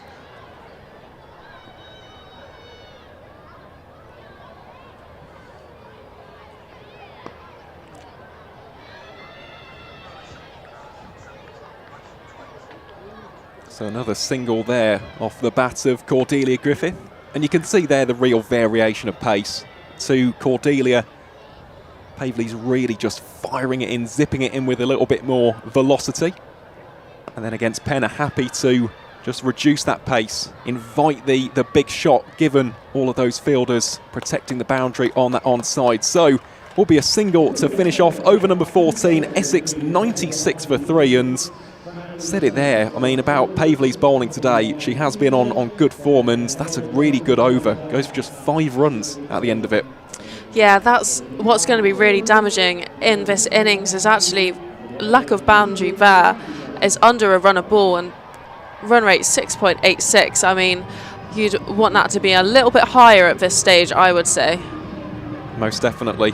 Well, it goes back to the poll, doesn't it? I think a lot of people mention around about 150 to 175, around about that mark. We'll have the results of those in due course, but at this rate, I mean, Essex do need to put on the accelerator to reach that mark. What are your predictions, Anne? I'm going in this over. Oh, okay. That's interesting. We'll have this ball from Taylor first, inside out over cover. That is a very languid looking shot from Maddie Penner, and Izzy Wong doing the fielding on that occasion, restricts it to just the single. So what are there? 35 deliveries left now. Currently on 97 for 3. I'll go around about 152. Okay. Very specific. I was going 147. Oh, okay, that's very close. So full toss and dispatch down the ground as Caris Pavley does the fielding. The Essex batters scampering back for the quick 2. And again, some more good running between the wickets between Cordelia Griffith and Maddie Penner. Over 10,000 of you tuning into our coverage here on Bears TV. We hope you're enjoying yourself and, yeah, enjoying the action as well. Set for a very entertaining game of cricket here indeed, as Taylor is worked out towards deep points, and that will bring up the 100 for Essex. Comes up in the 15th over here at EdgBLASTon. Yeah, this partnership just slowly building here. They're in and around a run of ball. So the question is, when are they going to accelerate?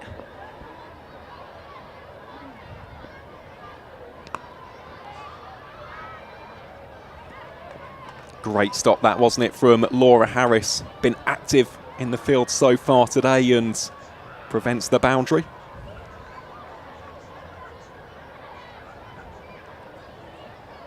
So partnership currently stands on 45 from 43 deliveries. Griffith, again, that is a very, very nice looking shot indeed. Takes a few bounces, goes over the rope towards the south stand here at EdgBLASTon, and Cordelia Griffith, after a slow start, Chloe, really beginning to up the ante with her own innings. Yeah, you can just see she's starting to accelerate. That was a really classy shot down the ground. She's just shuffled around to give herself room to access over mid-off. Obviously, a ball coming back into her. I mean, it shows her class.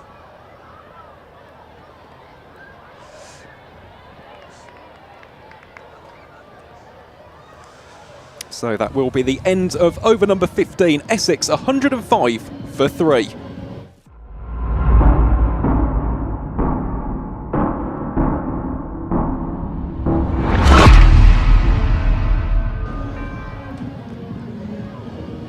So 5 overs of the first innings remain. So our predictions were 147 and 152 respectively. So just doing a little bit of maths on that, looking around about 8 or 9 and over, which would be quite a difference here, although Cordelia Griffith really beginning to shift through the gears rather nicely, and it will be Phoebe Graham to bowl here from the Birmingham end. Just shuffling her fielding positions ever so slightly. I think Millie Taylor was initially going to be down at deep third, has been pulled up into the circle instead. So Graham to Penner. First ball is a dot. Yeah, this has been some great bowling here from Phoebe Graham. 1 for 8 so far. I mean, talk about those figures. She's not given her Essex batters anything to play with. She hasn't. And in terms of the dot balls as well, it's been so impressive.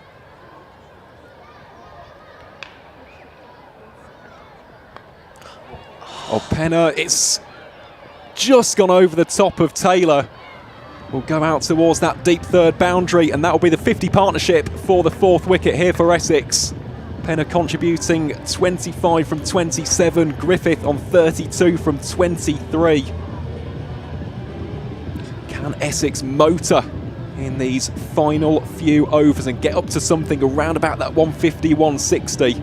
We have mentioned this already, it is a used surface, isn't it? We've had 5 matches on this wicket already, but as tends to be the case on hybrid surfaces, they do hold a lot truer, don't they, in terms of retaining that ability to bat big on them. Yeah, I mean, we've had a couple of games in it and it hasn't, I mean, it's still looking like a belter. Well, talking of things that look like a belter, Chloe, that is an absolutely picture-perfect shot from Maddie Penner. Pick the pitch of that delivery to perfection. Just effortlessly places it over the fielder for 4 more runs. Look at the bat lift on that. That is very, very good shots. Essex 113 for 3. I mean, in fairness, it probably is up to the Australian overseas to get the scoring rate going. Griffith going nicely on 32 from 23. Just needs to get a couple of big shots going here, and Penner giving herself some room. Yeah, Thought for a second could have been a wide, but yeah, I think she's just shuffled herself across. I don't think it was too far from leg stump, that delivery, but I think this is where the party is getting started. We've seen a change of gears. I think Maddie Penner and Cordelia Griffiths, I think this is a partnership that needs to be broken.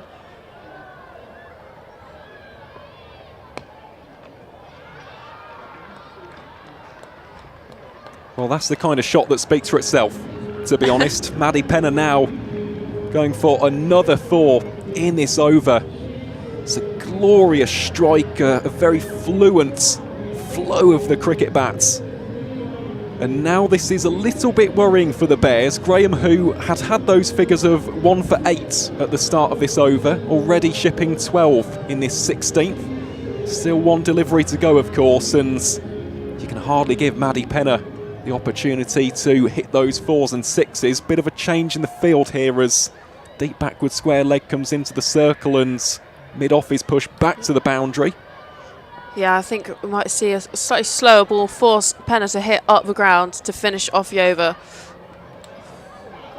Well, it's a wide delivery, parried around the corner by Nat Wraith. Goalkeeper style, it won't be cut off from Wong, and that is 5 wide, so a very expensive over this for the Bears. It's gone for 17, and it's exactly the kind of over which sums up T20 cricket. We said about 150 potentially being par. 1-2-2 for 3 now. You go at 10 and over, and 160 is up for grabs here for Essex. So exactly what the visitors would have been hoping for. Griffith and Penner just having those conversations in the middle, keeping each other in tune.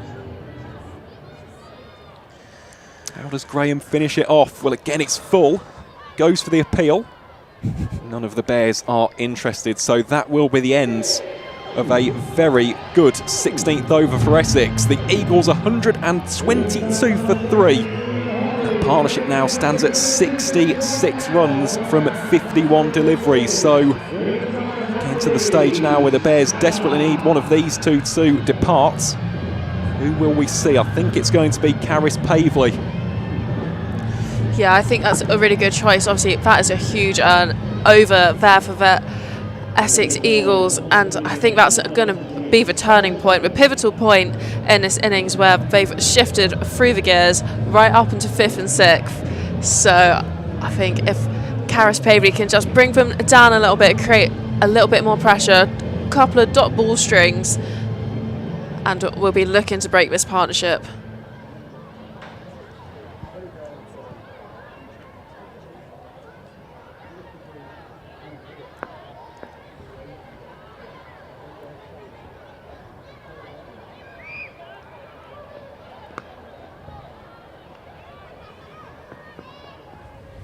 It's a nice start to the over, that, isn't it, from Pavley, just conceding the single. In terms of the rest of the Essex batting lineup as well, still have got Joe Gardner, Jodie Grucock, Eva Gray, Sophia Smale. Still plenty of firepower left in that dressing room. So, yeah, 160 not entirely out of the realms of possibility. Yeah, I think it's some good control here. I think we just need to dry out those boundaries. Obviously, big over before, and as you said, there's more firepower to come. So I think if the Bears bowlers stick to bowling to being hit to their field, should be okay. And with deliveries like that, I think we've got a lot of faith in our bowlers. Yeah, it's a good delivery, that, isn't it, from Caris Pavley. Slightly unlucky not to have got a wicket so far today. None for 24 from her 3.3 overs at this stage, and that's another attempted big hit out towards Davina Perrin. Fielding there at deep mid-wicket will just be another single.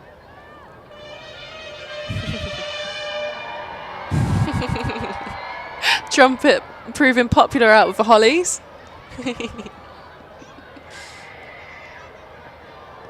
That one a lot wider from Caris Pavley, just flailed through the covers. And it will be two. Again, there's that strike rotation. I know there's been a lot of chat about boundary hitting, especially with regards to Maddie Penner today, Chloe, but in terms of those ones and twos, they've been very proficient in that so far, haven't they? Yeah, for sure. They've been pushing the boundary fielders really hard and actually taking those twos. Meg was ready to throw and they've turned for a second, so it's really good awareness from these two in the middle. Most certainly is, and that will be the end then of over number 17. Essex 127 for 3, Penner on 36, Griffith on 34.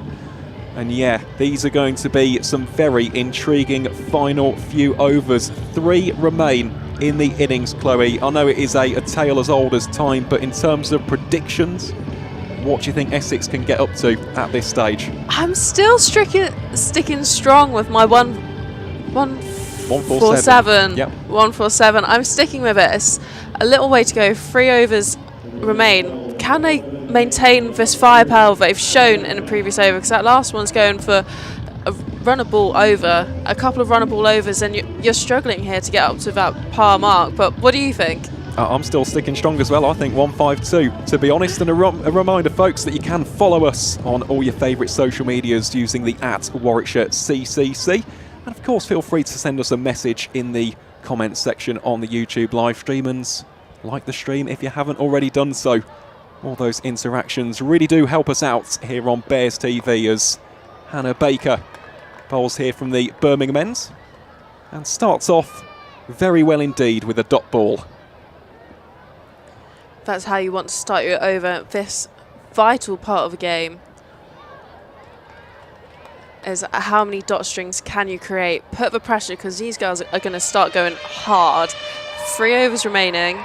They want to get up to that 160, 170 mark, but can we hold them and contain them down?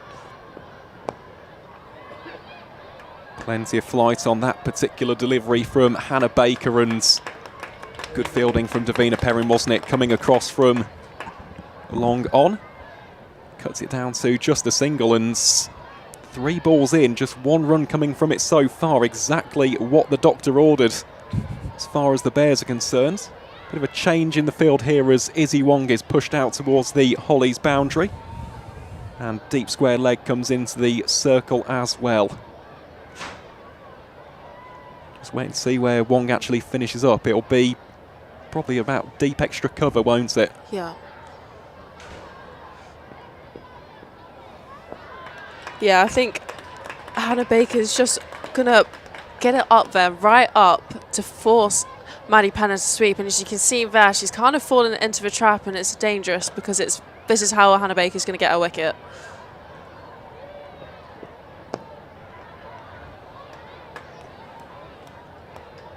And again, it's just another single, isn't it, for Maddie Penner? You can see with the body language, slightly frustrated. 37 from 36. And in terms of the runs, very good. It's just the strike rates. Hasn't quite found the gaps in the field with the same consistency. compared to the previous match between these two sides. It was a big swing at the bat there from Griffith. Eventually they will sprint through for the leg bye, so an outstanding over from Hannah Baker in the 18th. Concedes just 3 runs, all of which were singles, and Essex 130 for 3. Yeah, that's what you want from your bowlers here. You put your trust in them to bowl death backhand when the batters are coming hard, and to just go for 3 runs in the 17th over. I mean, that is unreal bowling there. It is. It is. That is quite exceptional from Hannah Baker, and it will be yet more spin here for the Bears. Georgia Davis, it will be to bowl her 4th and final over of the day. Partnership 74 from 63. Davis currently has those figures of none for 12. It's been another strong outing here for the Bears captain. But starts off with a wide delivery. The interesting question, of course, is who actually bowls the 20th? That is a good question. Do you finish off with some seam, or do you carry on with spin? Because it's proven to be so effective so far. What would you go with? Who would be your pick for that final over? It's a tough one, isn't it? After that, to be honest, I'll be tempted to go with Baker. She'll be confident after that. Of course, with leg spin, it's turning both ways. You've got a very good keeper in Nat Wraith, who we've seen effect many a stumping over the course of her career so far, so I'll be tempted to roll the dice. I think spin has been the modus operandi of the Bears so far. A big wind up there from Maddie Penner, looking to launch it into the hollies. Doesn't get a connection on that one. Yeah. So 10 deliveries of the innings remain here for Essex to try and get up to around about that 150 mark. That's a vicious strike down the ground. Bears do have protection. It's a diving Izzy Wong who does the fielding. The Essex pair scamper back for the quick 2. So Essex 1, 3, 4 for 3. Some good work there from Izzy Wong. Yeah, that was great, cutting it off on the boundary, and every run really counts in these T20 games. How's that missed? Oh, that's a great ball. She's really cramping Maddie Penner here for room, and you can see the frustration. She's trying so much, moving the whole depth of her crease to try and get it away, and she's had to settle for a single on that occasion. And that has just been the tale of today so far, hasn't it, for Maddie Penner? I mean, there's been a few of those shots which there's been a real nice clean connection off the bat, but it's just found the fielders, and in fairness, it's great placement, isn't it, from Georgia Davis as she bowls here to potentially round out the over. Scratch that, it will be a wide, so another one to add to the tally for Essex, but it's been really smart in terms of the field positioning and placement of the fielders, and the ground fielding itself has also been to a very high standard for the home side. As Griffith just utilising a touch of finesse on that occasion, keeps that scoreboard ticking along. So Essex 137 for 3, 1 over remains here at EdgBLASTon. Yeah, I think that's a great over, only 7 from it, so they're not giving the Essex batters really anything to play with. As you said, they're really bowling tight to their lines, and I think bowling round from Georgia Davis really cramps the right-handed batters for any room to get their hands through.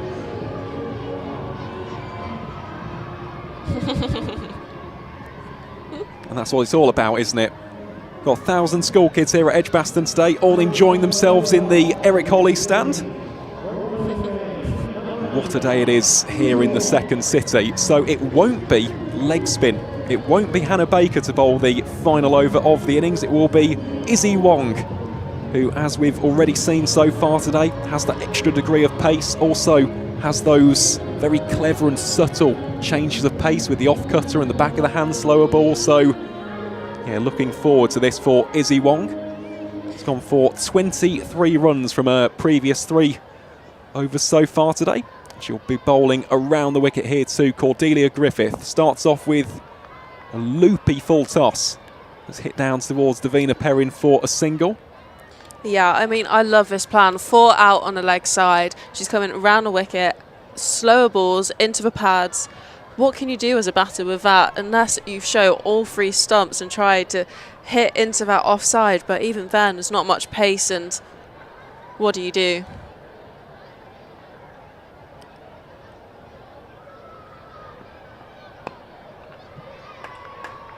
Just another single conceded by Izzy Wong. So 2 runs off the first 2 deliveries of this final over for the Essex Eagles. And to be honest, at this stage, Chloe, I think the Bears will be very, very happy with this, even though only the 3 wickets as of this over so far. It's been a pretty tight and disciplined display from the side in blue. Yeah, for sure. They haven't gone hunting after wickets, which I feel like you could get caught up in and trying to search for those wickets. That one bangs in by Izzy Wong, trying something a little bit different. Umpire has the arms aloft, so will be given as a wide. Yeah, but I think they've just bowled so well to their field, and I mean, I think that's quite underrated, to actually bowling the ball to the plan that you've set, because you can get away with trying something different, not quite changing your field and get caught in that trap and boundaries start flowing. But the guys have really restricted the Essex Eagles here.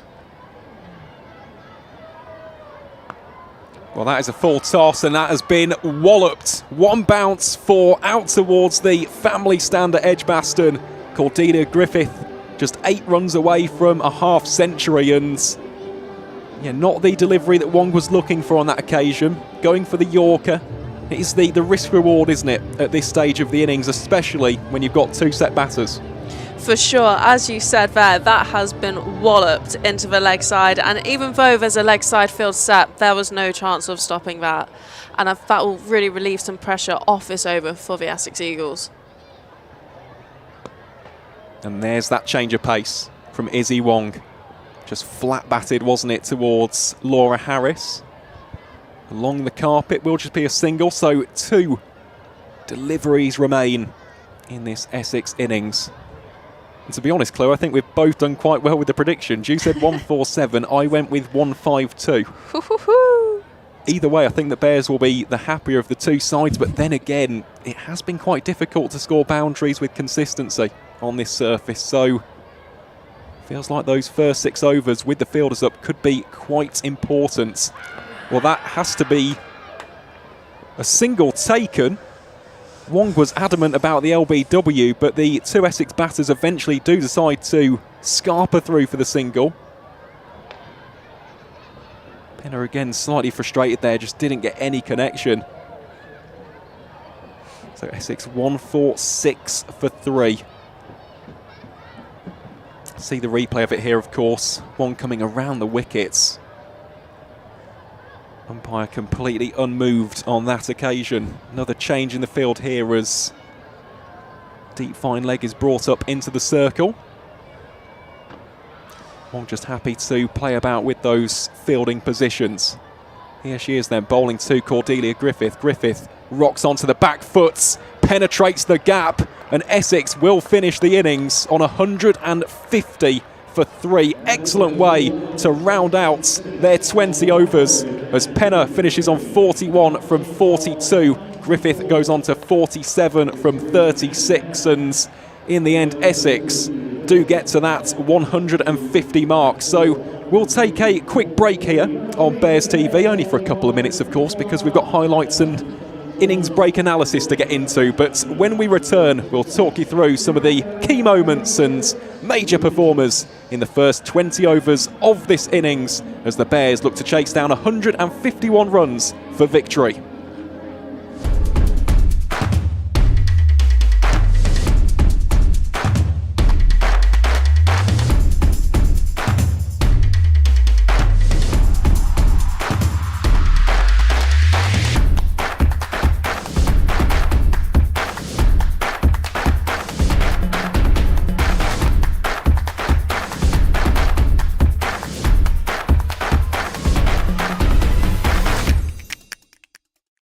Every great team has its unsung heroes. the all-rounders, the heavy lifters, putting their organisation on the map. We're talking about you, the humble IT engineer, supporting EdgBLASTon across the season. They're the ones delivering, day after day.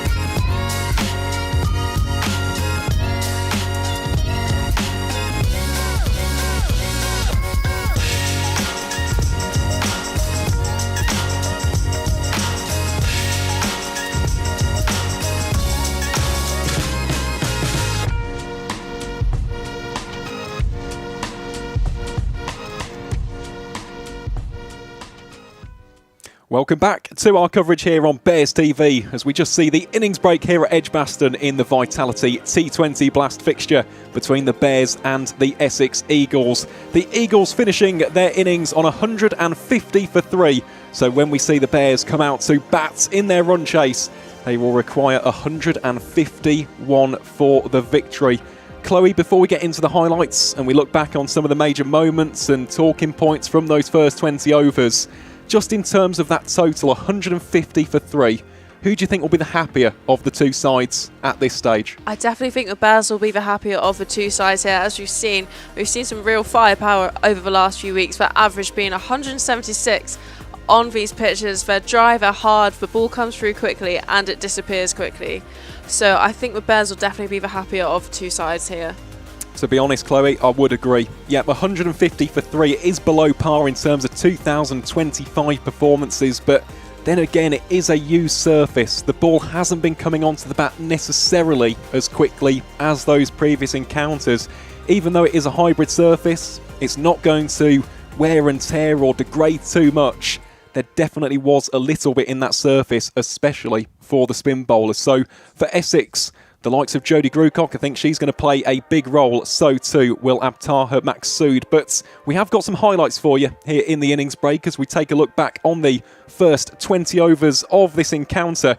And to be honest, Chloe, it was quite an even start, wasn't it? We saw quite a few boundaries being scored by Grace Scrivens, the Essex captain, and of course her fellow opener Lauren Winfield-Hill. But overall, 44 for 1. It could have been an even more destructive power play in hindsight. Yeah, for sure. I mean, they got off to a blistering start, really. They were a little bit quiet in the first few overs, but then really accelerated towards the back end of that power play. But that breakthrough was so important back end because then the wickets kept on tumbling, batters kept on going back to the dressing room, and I think Essex Eagles just struggled to get that partnership until Maddie Penner and Cordelia Griffiths came to the crease, and that just 97 partnership was huge, getting the bulk of the runs for the Essex Eagles. It most certainly was, and we saw there the fielding from Georgia Davis to put Scrivens back on strike, and then Phoebe Graham getting the Bears' first wickets of the game. Scrivens going for the big shot out towards that onside and just mistimed it. The ball spooned up into the air and was gracefully caught by Laura Harris in at short mid-wickets. Then, of course, Hannah Baker, she had a good day today. And this was exactly the start that she was hoping for, wasn't it? Lissy McLeod, who scored 44 from 24 in the previous game between these two sides, departing for a 2-ball duck. Again, another nice, easy catch for the ever-present Laura Harris. And at that stage, it looked as though the pendulum was swinging yet again. Yeah, the momentum definitely kept on coming back to the Bears bowlers today, and they just bowled so tightly to their lines and didn't really give the Essex Eagles too much. Obviously, we've got innovative shots coming from all of their players who hit the ball so hard. I think here you can see this run out was a massive moment in the game. Lauren Winfield-Hill back on her way to the dressing room. I mean, you can see the celebration there. They knew that was a huge wicket. It definitely was, and one of those big moments, wasn't it, in the game. Winfield-Hill up until that point, 30 from 23, had scored 5 boundaries, and felt like every single over she was going to produce something like gold dust in terms of those reverses, the big pull shots. We saw that pull shot from Cordelia Griffith. That was an excellent one, wasn't it? Out towards the family stand as it cannoned into the hover cover there. And then, of course, we saw this delivery towards the end from Izzy Wong going up for the LBW appeal. Nothing given, and almost a chance of a run out at the other end. So, in terms of the first innings there for Essex, we don't really know what to make of it as of yet, because we have seen some very high-scoring encounters here at EdgBLASTon, but it's not the same quickness of wickets that we've seen so far in this campaign. And, of course, Essex finishing off things with a fine flourish with a 4 out towards the Stanley Barnes boundary. So, yeah, that is the current situation of the game. Essex 150 for 3. 151 is one of those run chases, Chloe, which, if you get off to a good start, can be quite simple. However, if the likes of McGregor, Gray, Kopak, Maxsood, Grewcock as well get those early inroads, it could potentially be a little bit of a stumbling block, couldn't it, for the home side? Yeah, I think the pressure will definitely be on the Essex Eagles here, especially with Davina Perrin and Meg Austin coming out to set the tone. They'll take the confidence from the last 2 games, obviously 2 wins back to back, and they'll want to be making this a third. So if they can go out and really take down a power play, I think as you said earlier, they're unbeaten in the power play. Yep, they are. Yep, we'll talk about that in more detail. Yep. So 44 for 1 was the Essex power play, wasn't it? So let's see if the Bears can continue that trend. The only side in the T20 Blast so far to have outscored their power play opponents on every single occasion. So has been some start to the season in that capacity. And in terms of how you see the Bears going about this run chase, the power play is going to be big, isn't it? In terms of that partnership between Meg Austin, Davina Perrin, we've seen it for the past 2 games, plenty of boundaries being struck by both of them.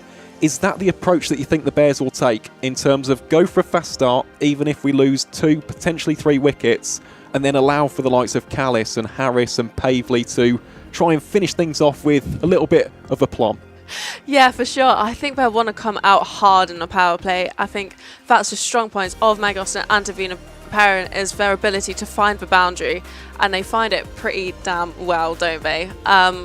I think if they can get off to a blistering start and really take it to the Essex Eagles in the first few overs, I think it'll put Essex under the pump a little bit. It will, and we're just watching the Essex bowlers have a little bit of a warm-up here during the innings break at EdgBLASTon. In terms of their bowling options, Chloe, who do you think will be the real danger here for the Bears to try and negotiate? I know that earlier on we spoke about Esme McGregor, the leading wicket taker in the T20 Blast so far with 14 wickets in 6 matches. She'll probably, if not open the bowling, at least be featuring in the power play. In terms of those bowling options, who do you think could be the potential destroyer-in-chief for the Eagles? Oh, that's a great question. Obviously, Esme McGregor is in some fine form, but I also think the return of Jodie Grewcock could be huge here. Obviously, having some time with England A over in Australia over the winter, she's really grown in confidence, and she's got a really good wrong-in as well. So I think that'll play with a slightly used wicket, a little bit of turn and offer, a little bit of bounce. I think it's good conditions for spin. Yeah, they certainly are, and we're watching Grace Scrivens have a little bit of a bowl now. Someone we haven't really mentioned, and yet I always think in these kind of run chases can be a real crucial component, is Sophia Smale. She's a fierce competitor, and it's a case of if Essex can get a couple of early breakthroughs, get the Bears maybe stumbling, teetering around about 40-something for 2 or 3. She's the ideal bowler, isn't she, to come in, bowl those left-arm offies, target the stumps, bring LBW into play. She could also have quite a big role to play this afternoon. Yeah, for sure. We saw how effective Karis Pavley was, our own left-arm finger spinner, so it will just be, can she come out and do the same job, which, and as you said, she's a big competitor. She'll want wickets, she'll go after them, and yeah, she'll want to take her little spin on the game. She most definitely will, and just a reminder, folks, of where these 2 teams are at in terms of the table. The Bears currently sitting in the top 3. They're in 3rd place on 20 points. Essex in 6th place on 9 points. They have got a game in hand though, so this is potentially what you'd call in football a 6-pointer. If they are to get the 4 or potentially 5 points, depending on whether a bonus point is put into play, it brings Essex back into contention. And I imagine that Lancashire, Hampshire, the other sides in and around that chasing pack will also be keeping up to tabs with this game, because if the Bears do win today, it puts them on a minimum of 24 points. Really gives them separation against Essex. That'd be a 15-point gap. And also, of course, to the likes of the Hampshire Hawks and the Lancashire Thunder. This really is going to be a vitally important run chase for the Bears in terms of the wider competition as well, Chloe. Yeah, I think the girls will really want to create that separation and really start to break away into that top three and make that gap hard to close. I think this will be for Essex. They want to get into that top three because they want a fighting chance to get to that finals day, and they're going to come out really wanting this win. Well, they certainly are, and we're seeing Essex now entering the field of play. Davina Perrin and Meg Austin also down there towards the Scriven stand as they get ready to open the batting in this run chase of 151. Again, a massive thank you to each and every single one of you tuning into our coverage here on Bears TV, whether that is indeed on the Warwickshire CCC YouTube channel or via the EdgBLASTon Match Centre. We appreciate your company and keep those comments coming in for us throughout the day's play. So, there you go. Esme McGregor will be opening the bowling. Already a pretty difficult challenge for Austin and Perrin, the two former Staffordshire openers, to try and negotiate. And yeah, this is going to be an absolutely stellar run chase. So yeah, buckle yourselves in, folks. This should be some excellent entertainment on your Wednesday afternoon. And it will be Austin to face the first delivery. Been in good form, hasn't she, Meg? Especially on Sunday, got that career best 51 against the Hampshire Hawks. Yeah, she's really taken our opportunity. Obviously, quite a young player in the squad, first year on a full contract, so she's really putting her foot in it and making her mark in a team, saying, yeah, this is my position and this is how I go about it.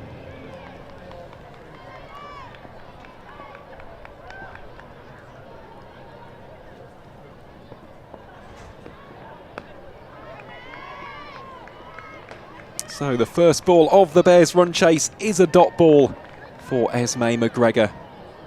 And we'll mention this on plenty of occasions throughout the broadcast, but what an exceptional campaign she has had so far. 14 wickets in 6 matches, included those ridiculous figures of 4 for 8. And in terms of McGregor as a bowler, you've got to watch out for both types of swing as she bowls here to Austin, dabs that out towards deep points. And that will be the first run for the Bears here in this run chase. But she's got the ability to swing it away from the right-hander, just nibble the outside edge, but then, of course, possesses the nip backer as well, bringing those stumps into play. So this should be a lovely little battle between some excellent cricketers here at EdgBLASTon, and Perrin, of course, Bears' leading run scorer in the competition so far. So, yeah, plenty of firepower out in the middle at the moment.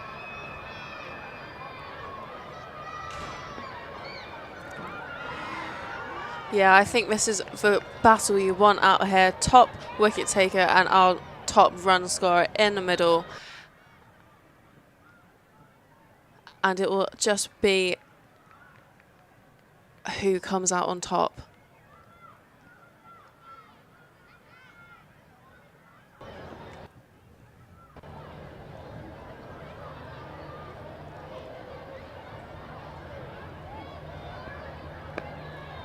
Perrin looks to attack that one on the front foot. Again, just guides it out towards the deep point boundary.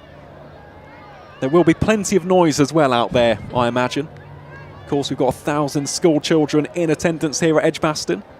And what is a glorious day, both in terms of the cricket and in terms of the weather. Around about 25, 26 degrees at the moment. As McGregor gets ready to bowl here to Austin.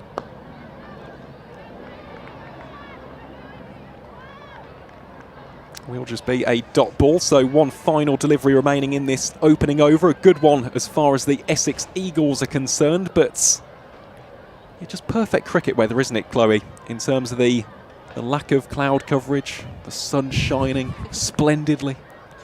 Yeah, this is what you picture when you think of a glorious day at EdgBLASTon for sure. And that will be a single then to round out the opening over of the run chase. The Bears 3 without loss. Austin on 2 and Perrin on 1 from 2 deliveries. Yeah, it's almost the picture perfect scene, isn't it, for a day of English cricket. Of course, they're quite few and far between. I think that's the caveat for those who haven't been to the UK. That's why we keep on mentioning it, to be honest, because whether it's June, July, August, September, start of the season back in April and May, you do get some horrid weather as well, regardless of where you're based in the country. So when it's nice and sunny, you can wear the short sleeve shirts, get your shorts out as well and get the cap on. It's nice, to be honest. And we will see a very similar approach then from Grace Scrivens here to what Georgia Davis produced a little bit earlier on. We're going to have some spin from the pavilion ends. Will be Jodie Grucott with some leg spin here to Austin. Yeah, I think that's a great option. Obviously, used wicket, proved really effective in the first innings. How good spin was, and I think you can hear how popular that trumpet is with the school kids.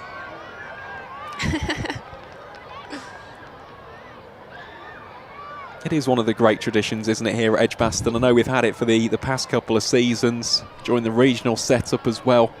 Must be nice as well for the school kids. Get down to an iconic venue, watch some top-tier cricket. Just enjoy a day out in the sun. Oh, yeah, I mean, you can't ask for much more, can you? School kid or not school kid?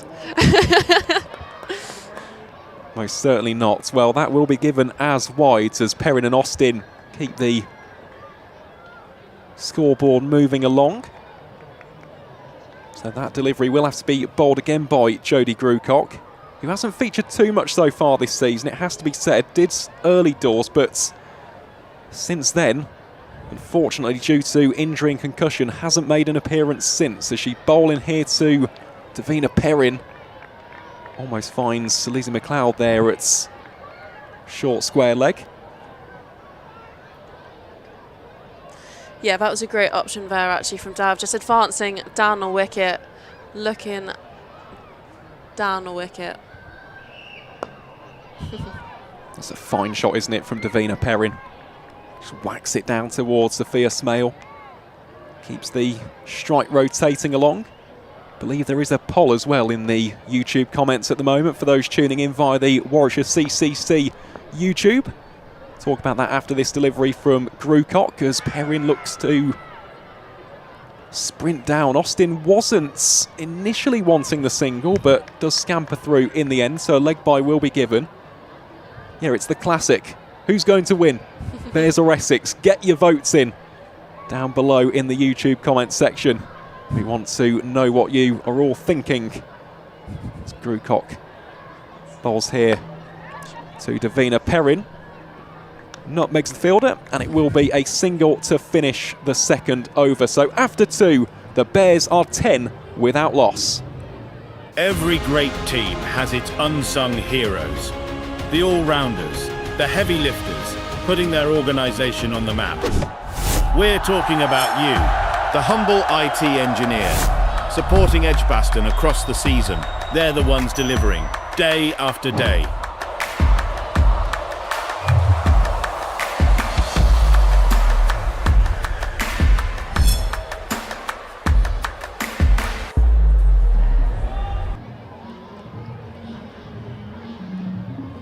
So we're just having a slight delay here as Davina Perrin puts the gloves and helmet back on. There, of course, is one of the Bears' finest players in this campaign so far, Laura Harris, someone who's been striking at 215 so far in the competition. Leads the Bears in terms of sixes as well. So it will be McGregor from the Birmingham end bowling here to Davina Perrin. Perrin shuffles down the wicket, but will be a dot ball. What I love about these two batting together, obviously you can tell from a middle that they've played a lot of cricket together, obviously opening up for staffs back in the day from their younger years, but they've got so much intent to look for that single, any kind of slip up and they're on it. Well, that's a full toss. Has it found the fielder? Yes, it has. Davina Perrin has to depart. It's Maddie Penner who takes the catch. And Esme McGregor, the leading wicket taker in the Women's Vitality T20 Blast, gets her 15th scalp of the season. And in this occasion, it's a massive one. It's Davina Perrin who departs for just 3 runs from 6 deliveries. The Bears are 10 for 1 in the 3rd over. Yeah, that's a big wicket. I think Esme McGregor will be pretty happy to see the back of Dav. Obviously, we've seen earlier this season, she's done some serious damage in a power play, really taking it down. But we can see Izzy Wong coming in to replace her, another big hitting player who can do some damage in this run chase. She most certainly can. Izzy Wong coming in as a pinch hitter. I think that's the official term, isn't it? Known for smashing those 4s and 6s. See the replay here. McGregor just looking to shape it again. Was a full toss in the end, but Maddie Penner getting across in a flash, and that will give Essex plenty of confidence to see the back of Davina Perrin at this stage of the run chase. Well, that could be massive. Plenty of batting still to come, though, for the Bears.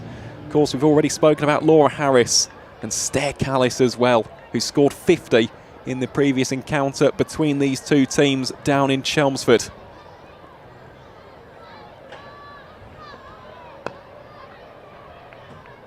Quick single taken shy of the stumps, and Wong could have been gone for all money. Sophia Smale it was with the shy at the non-striker's end. We'll get the replay of that one in a couple of moments, but slightly nervy times these for the Bears. That's a nervous laugh. Yeah, I mean, that was a great pickup from Sophia Smale at mid-off. I think. Well, that has gone high up into the air. Simple catch for Lauren Winfield-Hill, and the Bears are 2 down. Esme McGregor is causing all sorts of problems for the side in blue. Both openers gone. Davina Perrin, 2 balls before, and now Meg Austin has to go for 3 from 8. The Bears 11 for 2 in this 3rd over, and 2 massive wickets. Perrin, the Bears' leading run scorer, she departed, and then of course Meg Austin, who scored that 50 at the weekend. Well, her race is run as well, so great start for the Essex Eagles, and wonderful as well from Esme McGregor, who, to be honest, is making plenty of headlines in this year's competition. Yeah, she's really making a mark in the game, isn't she? Yeah, and that's huge. 2 wickets already to her name in the scorebook. Yeah, she's causing a little bit of trouble for the Bears opening up. Just looking at the replay on that one, wasn't really short enough to be pulled, was it, for Meg Austin? Although when you're in fine form, feels like everything goes to the boundary, but on that occasion just mistimed it. And a simple catch for Lauren Winfield-Hill. So that brings the new batter, Nat Wraith, into the middle. Wraith starts off with a defensive shot. Yeah, Nat Wraith has been in some seriously fine form the last few games. She's been the virtue player of the match for quite a few games now. So I think she was... yeah, so she's been in some good form. So we've got some serious faith in the batting lineup for the Bears. That's a nice shot, isn't it, from the Bears keeper? Just laps it in front of square, and they should come back for a second. It was a good throw, wasn't it, from Cordelia Griffith? And indeed, it will be a 2 then. So at the end of the 3rd over, Bears 13 for 2. Yeah, that was a great bit of running to bring the end of what is a really destructive 3rd over in this power play, and that could be a big impact up top here, and that's exactly what the Eagles wanted coming out. It is. It's exactly the kind of start which they needed, to be honest. Spoke about it in the innings break, but if you can just put in those seeds of doubt, get those early wickets, 151 suddenly looks a lot more substantial than it potentially could have been. So Jodie Grucock here from the pavilion end. Starts off there with a wide. Yeah, and they've just snuck a single from that, so 2 to start the 4th over. And we're just seeing a slight change of field here as mid-off goes out. We've got 2 straights on the boundary. Deep mid-wicket comes back into the ring.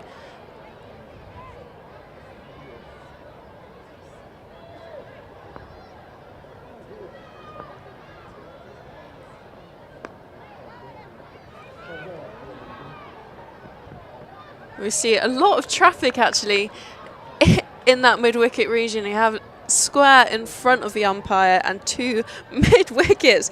I think one of the mid-wickets just got in front of a throw there.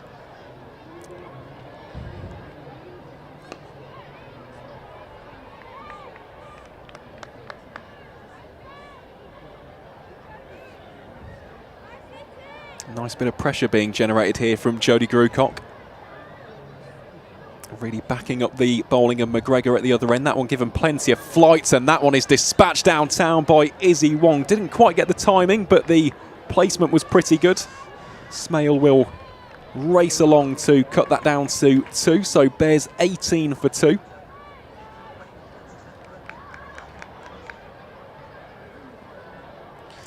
Yeah, that was a great shot down the ground there by Izzy Wong, and they've just taken 2 from it. We can definitely see the intent, can't you, here from Izzy Wong. Has to scarper through for the single. It will be a leg by. But you can see there she was winding up for the big shot. Trying to launch it into the hollies. Yeah, I hope those school kids brought their catching hands today, because I'm sure there'll be one sailing into there later. Again, more flights from Grucock, and that's a lovely languid shot from Nat Wraith. Easy 2 there, keeps that scoreboard moving along, and yeah, Nat Wraith, she has been in outstanding form so far this season, was averaging 83 with the bat in hand before a ball was bowled today, and also striking at 156, which is very good going indeed.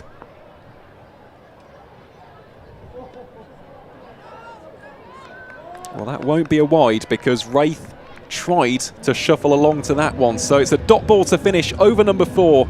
The Bears 21 for 2, with the partnership standing at 10. I think Izzy Wong's just asking the umpire a couple of questions there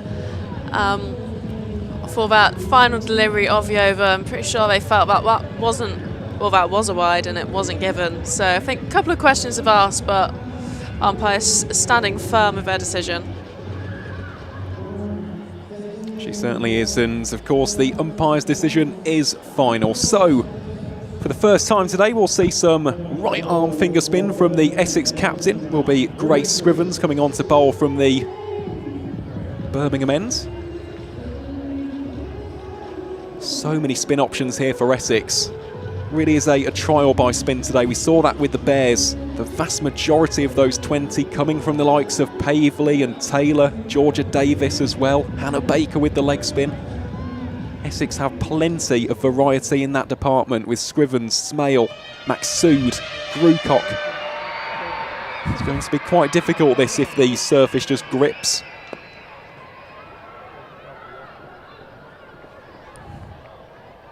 Yeah, I think that's what we're seeing play out here, is actually because it is a used wicket. But hybrids don't break down as easily as those normal, but it will just grip a little bit out there and break down.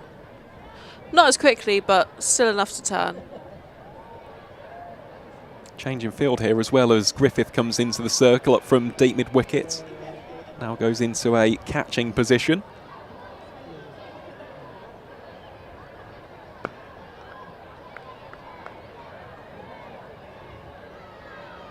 And a nice shot there from Nat Wraith, which brings about another change in field, of course. So definite deliberate ploys here from Essex with regards to the approach to the respective Bears batters.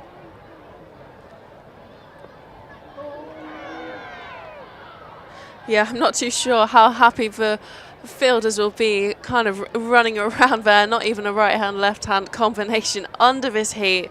It is a scorcher here at EdgBLASTon today, so I hope people have brought some sun cream. Otherwise, you could be heading back looking like lobsters. Shot. That's an excellent shot from Izzy Wong. Plenty of venom on that one, and a misfield results in a 4. It was rifled with great venom downtown from Izzy Wong, and it was Joe Gardner out there. Just couldn't get across. A welcome boundary for the home side, who've struggled to get those 4s and 6s in this opening 6 overs. Yeah, after 4.4, the Bears 27 for 2. How does Scrivens respond after that one? And there's your answer with a single. Sharply ran there from the Bears duo. Yeah, that was good pressure there from Izzy Wong, calling that Ray through for the single, putting the pressure on Sophia Smile to get a good, clean pick up and shy at the stumps, and she just caved under the pressure.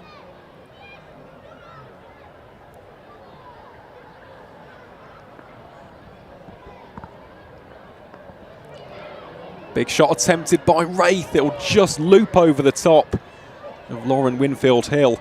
And that will be the end of a fascinating 5th over. It goes for 8 runs, and the Bears are 29 for 2.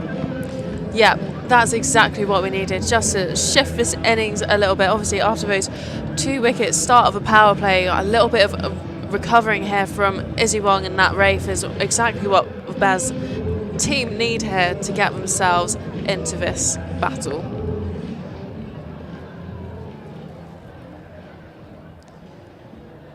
I think we've got Eva Gray just to round off the power play. A very, very skillful bowler, and just get some nibble off the pitch. So a used pitch, I'm sure she'll be rubbing her hands together.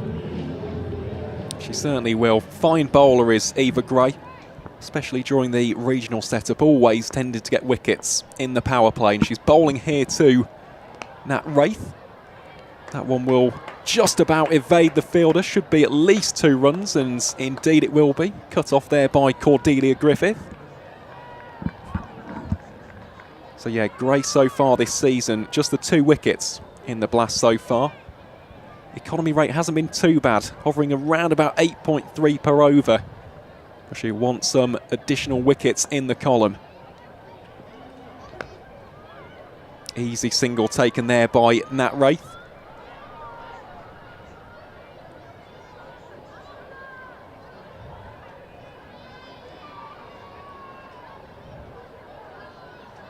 And that is a pretty major milestone for Nat Wraith with that 10th run off the bat. It's 1,000 career T20 runs. So congratulations, Nat. It's been a fine campaign so far. We've said it already. Averaging over 80 with the bat. And if she is to have a big game here, will really put the Bears in good stead in this run chase. It's Gray again, this time to Wong, and that one will beat the fielders. Splits the gap beautifully for 4 runs as Izzy Wong sends the school kids in the Hollies absolutely crazy. As the Bears move on to 36 for 2. A very nice strike, that's from the Bears number 3. Absolutely. I mean, that's such a strong shot down the ground. Got rid of that front leg and threw her hands through it. And yeah, as you said, the Hollies are loving it. Well, a slight bit of indecision, and Gray, in hindsight, probably went to the wrong end there. Wraith had ran around about halfway down the track, and the Essex seamer went to her keeper.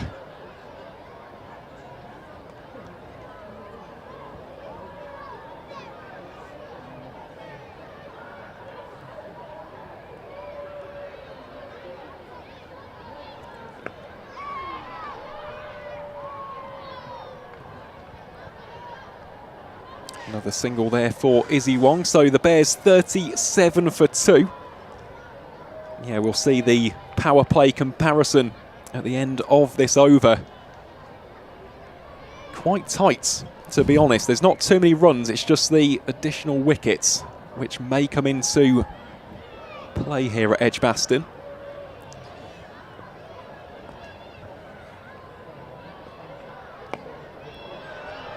And this could be a wicket. It will be a wicket. Simple catch there for Joe Gardner. And the dangerous Nat Wraith departs for 10. The Bears lose a third wicket in the first 6 overs, and Eva Gray also gets her first wicket of the encounter.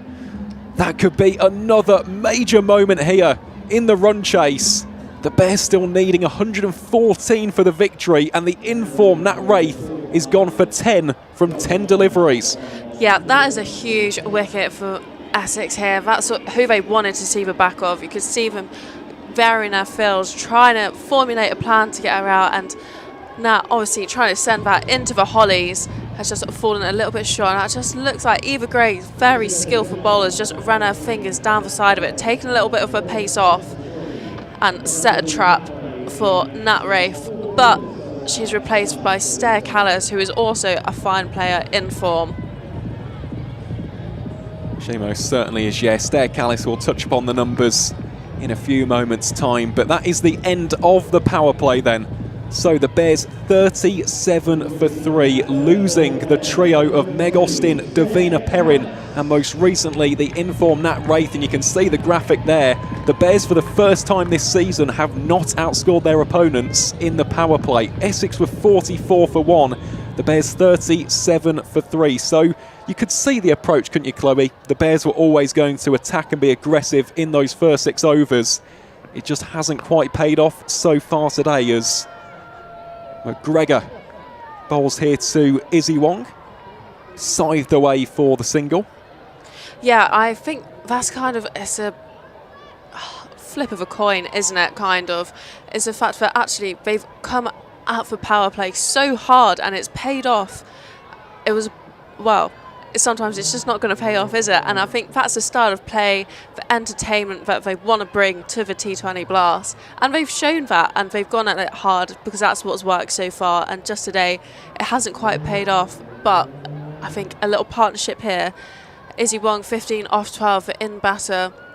Hits the ball hard, so does Stair Callis coming in, a wealth of experience. Called EdgBLASTon home for the Birmingham Phoenix for the past few years, so she's used to scoring a fair few runs at EdgBLASTon. Fine cricketer is Stair Callis. Over 3,000 career T20 runs to date. And one of the most reliable and dependable operators on the circuit, and starts off there with a single. Down towards long on. There's 39 for 3. And something to watch out with regards to Stair, especially early on in the innings, as she just gets into a groove. She stands very still. There's not too much footwork. It's a case of hitting through the line of the ball, going and attacking the V down the ground. Shot. That is a fine shot, isn't it, from Izzy Wong? I caused a little bit of excitement there with the school kids. You could hear the roar and the cheers of excitement over from the right of us, as that was hard, hit very hard out to that square leg boundary. It was rifled, wasn't it, from Izzy Wong? Intrigued to see Izzy's approach though here, because she was sent in almost as the boundary hitter to get the Bears off to a fast start, but that's a great delivery from McGregor. Jams in the Yorker. Just about dug out there by Stair Callis. But touching upon that point with Izzy, of course, does she change her style here? As opposed to really going after every single delivery, does she just rein it in for the next 5-6 overs and almost play that, not necessarily anchor role because you got Stair Callis there, but almost the accumulator archetype? Yeah, well, she is for sure a solid batter, and I think she's adjusted her role really well here. You can see that she's put pressure on that mid-off fielder, which, I mean, I have been holding my breath for a couple of them, but she's done well to just adjust that role a little bit to the situation, and I think her top score is 53? Close. Oh, what is it? 59. Oh, so close. But obviously, she can bat, she can send the ball into the stands, but also she's got a really good braid on her, so she'll be using it. Great over this as well, isn't it, from Esme McGregor, just gone for 5. Another slow, floaty Yorker. Just about dug out there by Stair Callis, and that will be the end of the 7th. The Bears 43 for 3.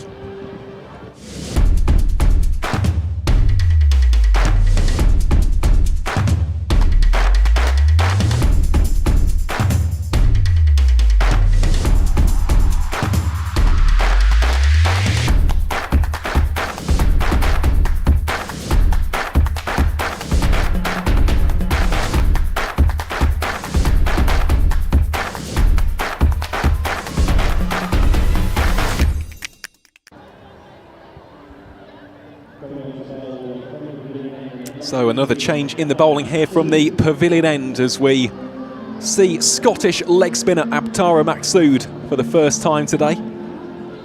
Got to commentate on Abtara a little bit earlier on in the season up at Headingley. Got a really potent wrongen, so that's something to watch out for. The googly, which pitches just outside off stump and then just kisses off the surface back into middle and off.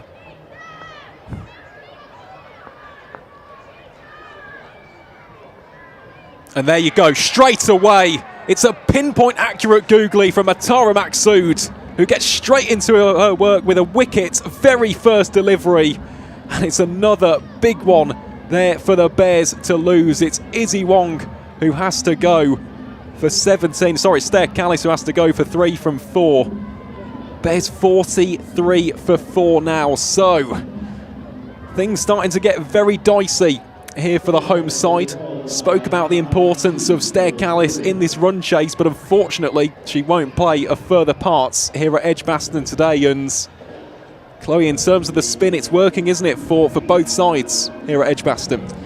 Yeah, absolutely. I mean, that was a great ball there. I think it's just fucked Stair Callis a little bit, and it's just gone through. Starting off with your googly, I mean, what a smart way to start your over. I think Stair Callis was expecting the turn, because that is exactly what you would expect from a surface like this. Has obviously offered a little bit of turn previous to this in the first innings, and yeah, that is really smart bowling for Abtara there.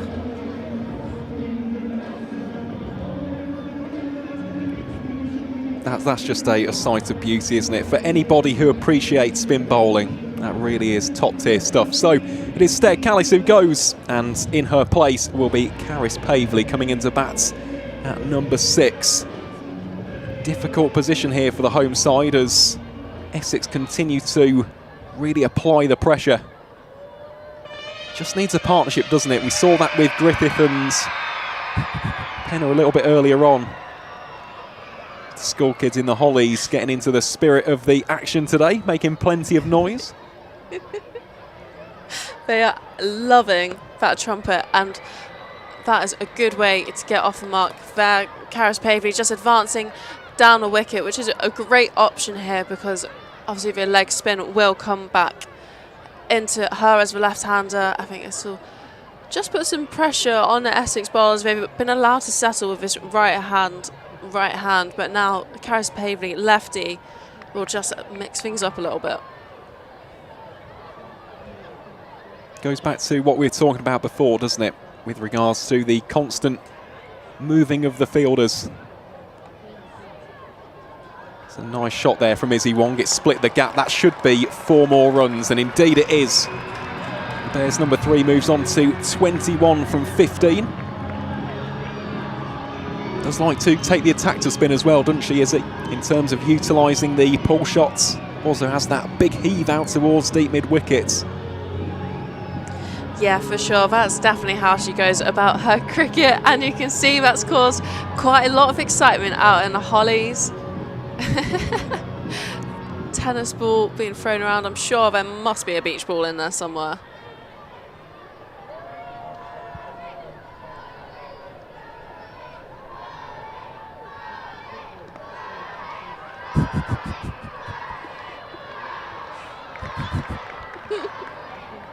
That's real. Oh, I love that. The school kids chanting. I can't work it out, but it sounds like they're chanting Wongy. I'm just trying to work it out myself, to be honest. They're going absolutely crazy at the minute, aren't they? Making plenty of noise through the FX mic as Maksood bowls here to Izzy Wong. Again, looking to bring the stumps into play with the googly. They It will be a single. Good start here from Aptara Maksud.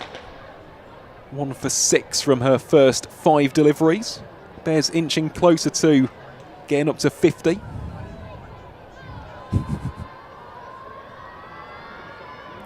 Yeah. The rate is beginning to climb a little bit though now. Stands at 8.38. As Maksud just shuffles the fielding positions around a little bit, puts a deep mid-wicket into play. Pavley straight away looks to attack that very region. So the 50 will come up for the Bears at the end of over number 8. Pavley moves on to 2 and Izzy Wong is on 22 from 17. Yeah, I think for the T-shirts are going into the Hollies and the kids are going feral for a T-shirt. I mean, who wouldn't? I'm pretty sure some of the teachers want to get in there too.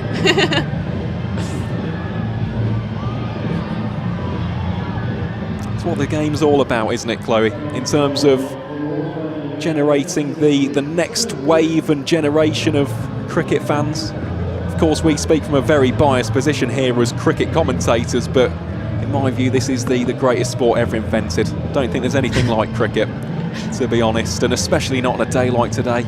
Exceptional weather, sun's out, so nice, and a great initiative by the club. Say that every single year, but they're memories, aren't they, that those school kids will hold very dear for the rest of their lives. And who knows if they're inspired today by watching the likes of Caris Pavley, Izzy Wong, Laura Harris. If she comes out and starts smashing some sixes, that is exactly what it's all about. So it is Sophia Smale to bowl here from the Birmingham end. Bit of a left arm finger spin.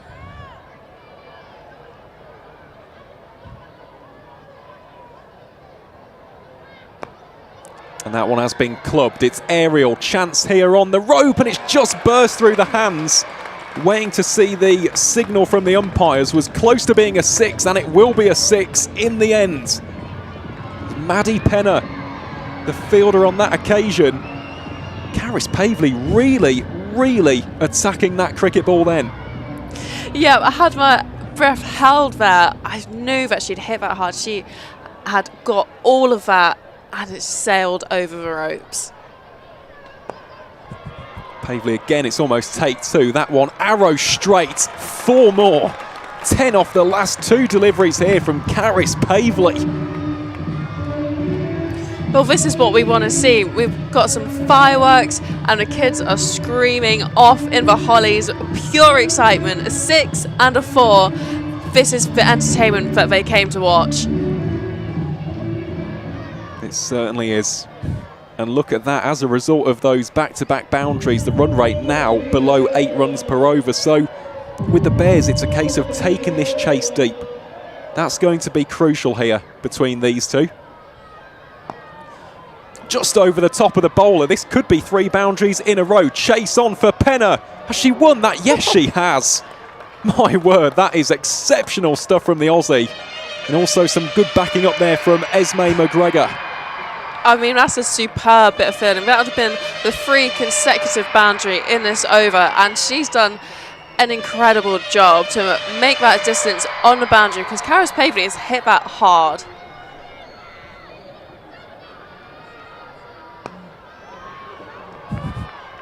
And I think we can see this game plan from Caris Pavley is to hit this ball as hard as she can down the ground, and so far it's been working pretty well.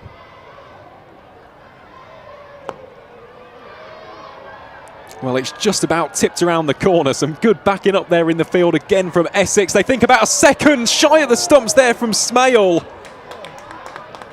And the Essex fielders have got their heads in their hands. A huge chance for a run out at the non-striker's ends. But the Bears survive. The home side 64 for 4 at the end of the 9th over.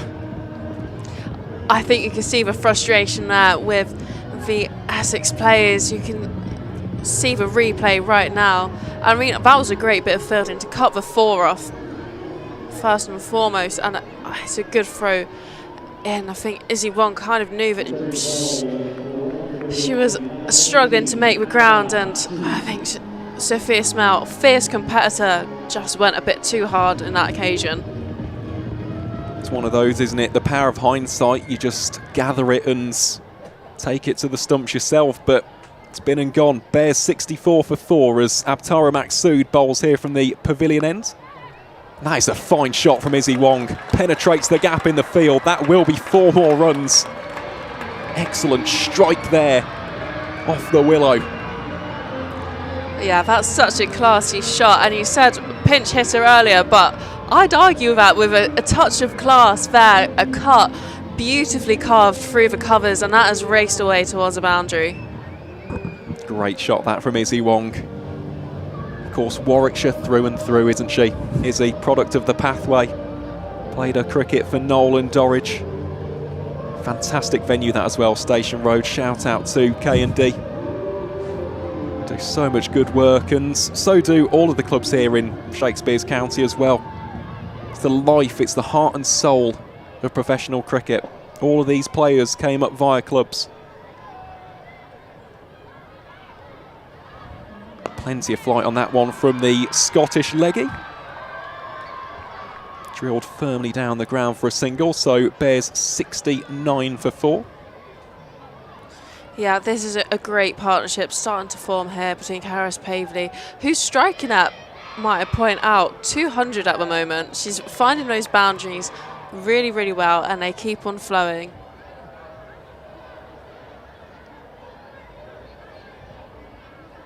Some more manipulation of the field here from Winfield, Hill and Maksood. Just brings an extra fielder onto the offside here for Karis Pavley. Of course, there are the 3 boundary riders in the deep on the onside, so plenty of protection.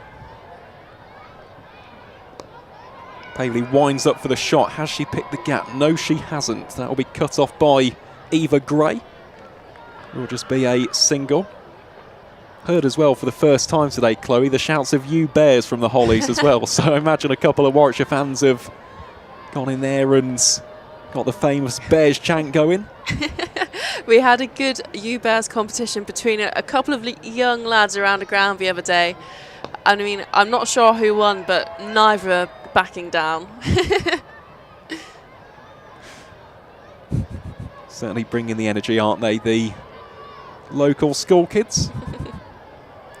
Yeah, I'm sure they'll maintain that for the remains of this inning. Their batteries don't seem to have run out so far, but I'm sure they'll sleep well tonight. That has gone a mile into the air. Potential chance here for the catch, and it's been dropped. It's been dropped by Maddie Penner. Karis Pavley survives another huge moment in this run chase. He's been clobbering the cricket ball to all parts of EdgBLASTon so far. We'll take a look on the replay here. It's an aggressive counter-attacking shot. Penner did well to make the ground in the first place. Can't quite hang on though. And very next ball will be a wide. Yeah. So just looking at the equation here, 77 for victory. Yeah, that run rate requires just coming down, and the run rate at the moment is meeting it. I think this is a great shot by Karis Pavley, and it's shots like that which will get the Bears women over the mark. That has been hit so firmly through that gap, and I mean, carry on like that, hey? Yeah, absolutely. Yeah, that was a dismissive shot, wasn't it, from Karis Pavley, who is on 23 from 11. Wong on 28 from 20. So we see the replay of that one. Goodness gracious me. That is vicious from the Bears all-rounder. So the Bears 78 for 4 after 10 overs. They require a further 73 for the victory. So we'll take a look now at the comparison between the two sides. The Bears 10 runs ahead compared to where the Eagles were at the same stage. 1 wicket worse off though. So at this stage, Chloe, 50% of the run chase down. Who do you think will be the happier of the two sides? Well, I think the Bears will be the happier of the two sides here. They've done half the work in half of it allocated overs. So I think as they accelerate this partnership build with plenty of firepower still left in the dugout, I think they'll be definitely the happier of the two here. Does feel like a lot rests on this partnership though, doesn't it? Currently stands at 35 from 17 between Wong and Pavely. Make that 36. Yeah, I think these two have done really well to steady the ship, and also Karis Pavely coming out with this firepower. You wouldn't expect that in this situation, but she's done really well to actually carry on, to take it to the Essex bowlers, not let them feel like they're on top. You can see there, 72 off 59, close that gap down to a runner ball, and hopefully they'll seal the deal.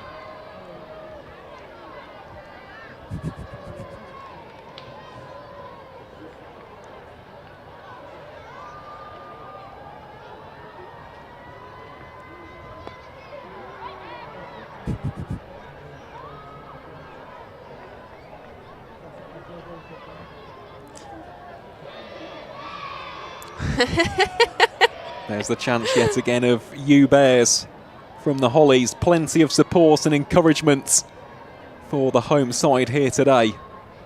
72 runs away from the victory. On a full toss, and that's just smashed down the ground for a single from Karis Pavely. Eva Gray ending up on the floor on that occasion. I think she's just making sure her footing's stable. But yeah, just rotating strike once again, all looking pretty calm and collected out in the middle of the Bears players. More changes as well to the field placement here. Griffith brought into the circle.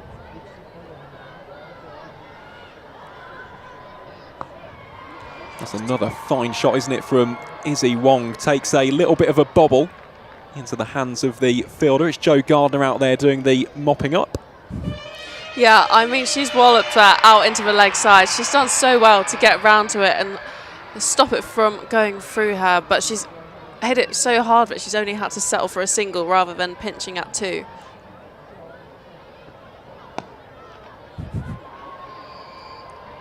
Another full toss goes down the ground for a single.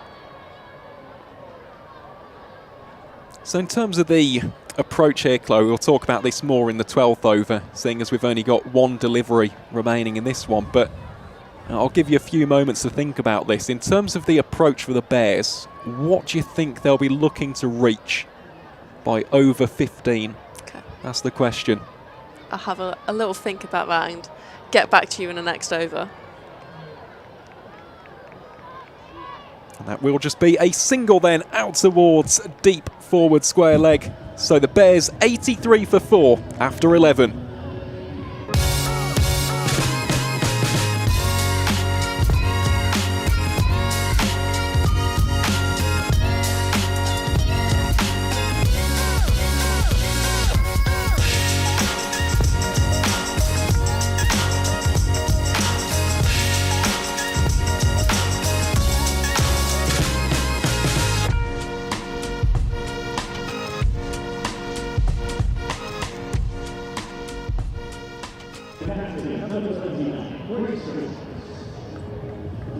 So it will be Grace Scrivens to continue her spell. A reminder, folks, to like the stream and interact with us here on Bears TV. Let's try and aim for 2,000 likes. I've heard that there's over 12,000 people tuning in to this game between the Bears and the Essex Eagles today. So let's smash that like button, get up to 2,000, break that record for the 2025 season. And of course, a massive thank you to you all for your company on this fine Wednesday afternoon as the Bears look to consolidate their place in the top three. Good start that from Grace Scrivens. Almost a Yorker length delivery. So we'll touch upon that question I spoke about before, Chloe. So the Bears currently 84 for 4. Heading into those final 5-6 overs, what do you think would be a decent target for the middle to lower order to try and polish off? I mean, that's a great question. I think how they're going about it at the moment, they're keeping it up with that required run rate really well. I think they can get the heavy lifting part of it. Obviously, we've got Laura Harris still waiting to come in. So I think it could be varied. If we can get a couple, say, big overs, 8, 9, 10, get ourselves into that maybe like 110 to 120 position to really push in that last 5. And I think that's kind of a way this is heading. 67 off 52, that gap's slowly coming down to make it easier work for the back end of innings. What do you think? To be honest, Chloe, I completely agree. I really do. I think the factor for the Bears, aside from this partnership, is Laura Harris. Because we've seen her smash 15-ball half-centuries before, so anything can happen when she comes to the crease. But for the time being, this is sensible cricket between Caris Pavley and Izzy Wong. Quick 2 taken, and that will be a run-out. Well, Izzy Wong has to go here for 33. Coming back for the seconds. The Bears looking to put the Essex fielders under pressure. It was a good throw in the end. The stumps disturbed by the gloves of Lauren Winfield Hill. And the home side do lose a 5th wicket. The Bears 85 for 5 in over number 12. Yeah, I mean, that's exactly what they needed. That was always going to be 2, but it was a really clean pick up and throw from Joey Gardner out on the boundary there. And you can hear the ripple of appreciation from that innings from Izzy Wong. Obviously coming in a not ideal situation to put 32 off 24. That's some seriously good hitting there. It is. I think she's done her job, to be honest. 33 from 25. Done very, very well indeed. And, well, we were speaking of Laura Harris. Ask and we shall receive. Let's go through some of these numbers with the Aussie so far this season. 142 runs, averaging a touch under 24. And that strike rate of 215.15, which is quite ludicrous. One of 2 players so far this season, the other being Abby Norgrove of Hampshire, to strike over 200 in every single game. Has got those 2 barnstorming 50s, 18 4s and 8 6s to her name. Well, let's wait and see what she's got in store for us today. I mean, that's just outrageous, isn't it? To have stats like that, I'm sure you're having a field day with them. Most definitely. The kind of player you love as a statistician. Shot. Starts off very nicely. That's come off the boot there of Griffith, so wasn't quite a misfield, just unfortunate from the Essex fielder on that occasion. So turns the 1 into a 2. Harris already striking at 200. Long may it continue. The equation 63 from 49.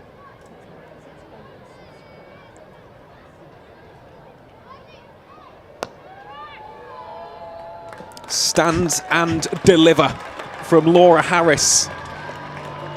Feasts on that kind of bowling.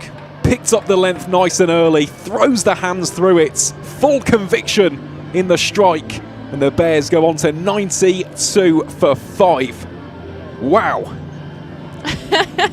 I mean, that's what we're used to seeing from Laura Harris there. A pretty quiet start for her standards, taking 2 off the first delivery, but shortly followed by that boundary, which we're so used to seeing here at EdgBLASTon from her. Yeah, that was brutal, to be honest, from Laura Harris. I think we're going to see Esme McGregor from the Birmingham end here. Just been handed the ball by her captain, Grace Scrivens. So the Bears need 59 off the final 8 overs. Here at EdgBLASTon, McGregor, the pick of the bowlers, well, I'd argue in the competition as a whole across any of the 8 teams. She was on 14 wickets before today. Currently stands on 16 for the campaign so far, and just a very skilled, sharp and intelligent bowler up the top and in the middle for the Eagles.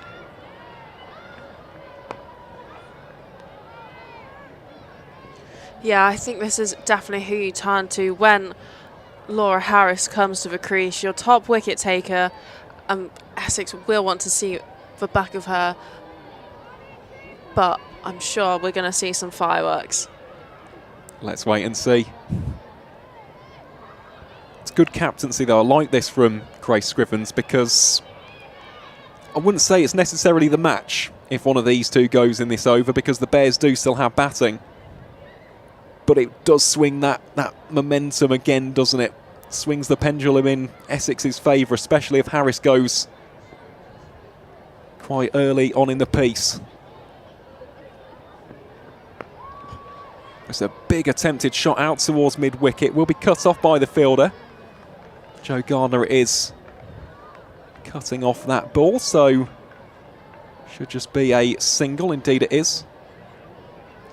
Yeah, that's a big old boundary out towards the leg side. But you said some very interesting optical illusions earlier about boundary sizes, and I'll let you explain that.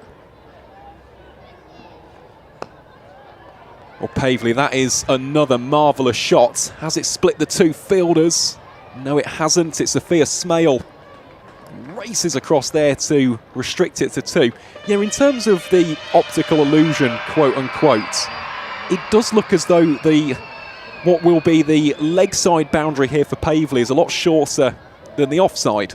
But in actuality, they're pretty similar, because this is a relatively central pitch. It's just because of the presence of the Holly stand. You've got that big structure. It makes it look a little bit more in than it actually is. That's a nice shot from Pavley, working it out towards deep points. Should be two there, and indeed there is. Nice early call. A confident bit of strike rotation, but yeah, you see at grounds, especially at Headingley. Headingley's the big one. It looks as though there's a massive gulf, probably about 10-15 metres between the two sides, and in actuality there's like 1 metre, if that, separating the two. So yeah, it's a crazy thing, to be honest. It's something that even I can't really wrap my head around. In truth. Short ball, and that has been clobbered. That is 6 runs. Great way for Caris Pavley to bring up the 3 figures for the Bears. And that is disdainful. Yeah, Caris Pavley, that is huge. That is enormous. She sent that 4 rows back, so I hope those kids have had those catching lessons so far this year, because I'm sure that won't be the last one they see today. What a shot that is. That is a great shot. Good effort as well in the crowd. Just a little bit too much power on that one from Pavley, and you can see the wry smile on the face of Caris there. I think she's delighted with the outcome of that shot. How does McGregor respond then to wrap up her final over of the match? Pavley attempts to lap that one fine around the corner, and that will signal the end of over number 13. The Bears 104 for 5 with Caris Pavley and Laura Harris looking to take the attack to the Essex bowlers. A quick look at the score comparison after 13 overs. The Eagles were 91 for 3. The Bears 104 for 5. So in terms of the runs, 13 separate the two sides. Also 2 wickets. Essex only lost 3 wickets in the entirety of their 20 overs. So, Chloe, it's getting quite tight at this stage. Yeah, it is getting quite tight, but with these 2 in the middle and a 13-run advantage from where the Essex Eagles were at this point, I don't think the wicket column is something that we'll have to worry about too much, because we can take it that deep, and there's such a firepower and depth in the dugout for the Bears. I don't think they'll be too stressed about it. No, I don't think they will be at this stage either, to be honest. Still 7 overs of the run chase remaining here as Abtara Maqsood comes on to bowl here from the pavilion end. You can see the equation, 47 from 42. It's just a case of how the Bears want to approach this. Don't want to gift any wickets and bring in that air of nervousness.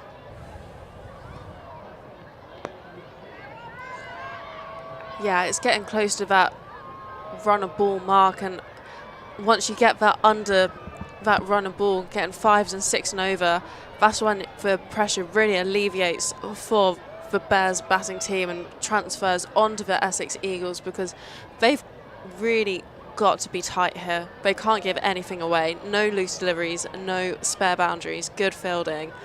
But they will be under the pump here.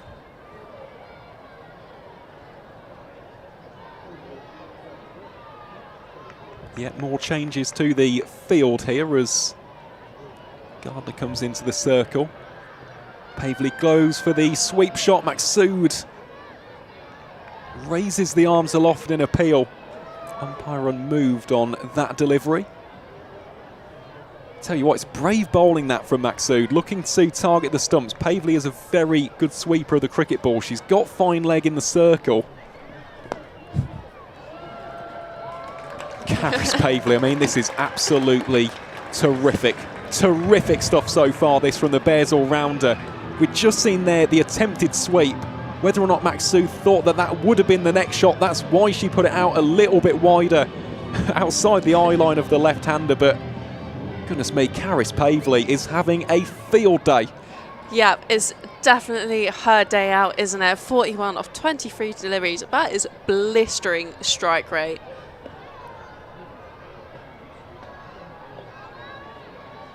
Good response that, isn't it, from Maqsood. Really clever bowler is the Scottish international. Yeah, I think that's the experience that she has, obviously bowling for Scotland in those World Cup scenarios. She's got a wealth of experience underneath her belt, so I don't think she'll be too stressed. No, she won't. It's part and parcel of life as a spin bowler, to be honest. You do get whacked about at times, but the great thing about it is almost the double-edged sword nature of the bowling type, as Maqsood bowls here. Wraps the pad of Laura Harris. I think the impact may have been outside off, and that will be the end of the 14th over. Bears 110 for 5. The partnership moves on to 24 from 14. And yeah, just to touch upon that point with spin bowling, as I said, it's part and parcel of it. You are going to go for 4s and 6s, but especially as a leg spinner, where you're beating both edges, you're bringing the stumps into play, you're always one delivery away. That's what you've got to think of as a bowler. As a batter, you've got to be perfect every single time, essentially, because you can't make a mistake. As a bowler, if you bowl a bad ball, you bowl a bad ball. As long as you get a wicket the next one, all is forgiven. So that is the life of a spin bowler. Yeah, for sure. That is the perks of being a spin bowler in this game, hey? So single to start the 15th over here for Caris Pavely.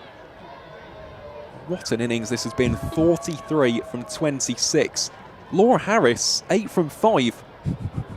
But to be fair, I think that she's identified this situation as well. You can see the intent. She is wanting to bring those 4s and 6s into play, but when you've got Pavely like this, and you know that you are a brutal striker of the cricket ball, Harris can bring a little bit of calm here if she wants to. Goes instead for the sweep, and it's an outstanding catch by Abtara Maqsood, leaping across to her right. And Eva Gray gets the huge wicket of the Australian overseas batter.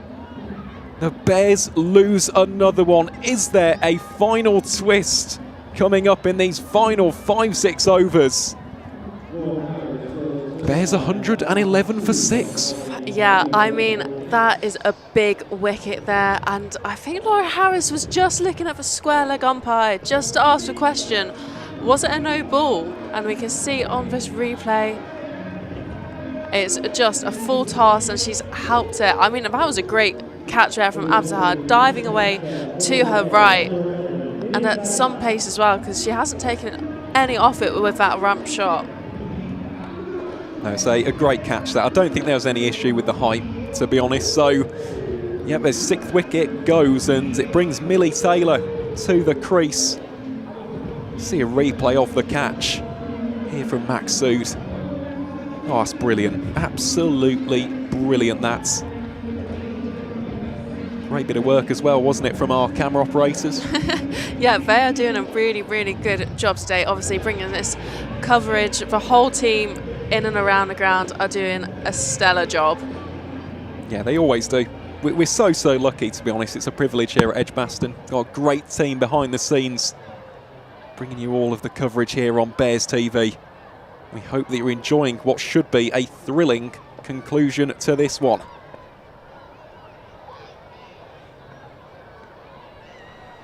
Lovely shot from Millie Taylor. Gets off the mark with a 4. Just whisks it around the corner.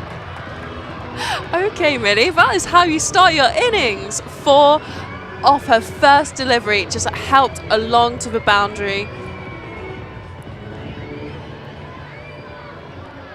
And I think we can put our faith in these two. Obviously, the depth of the Bears batting lineup goes incredibly deep.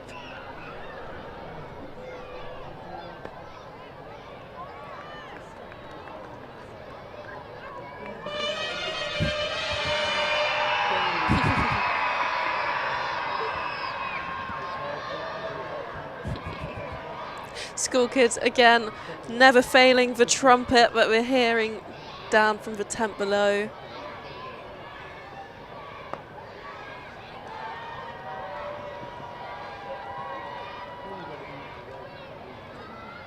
One more to add to the tally then. So final delivery coming up here in the 15th over. Spoke already about McGregor having a good day. Eva Gray, 2 for 19 so far from her 2.5 overs. Has also been tremendous. This could be a big delivery. Pavley is the wicket that Essex so desperately require.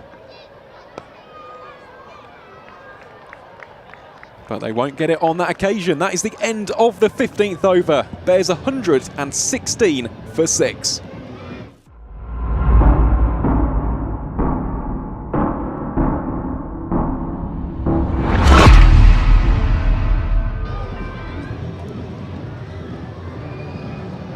So the equation 35 from the final 30 balls. And for those of you tuning in via the YouTube live stream, don't forget to like the coverage.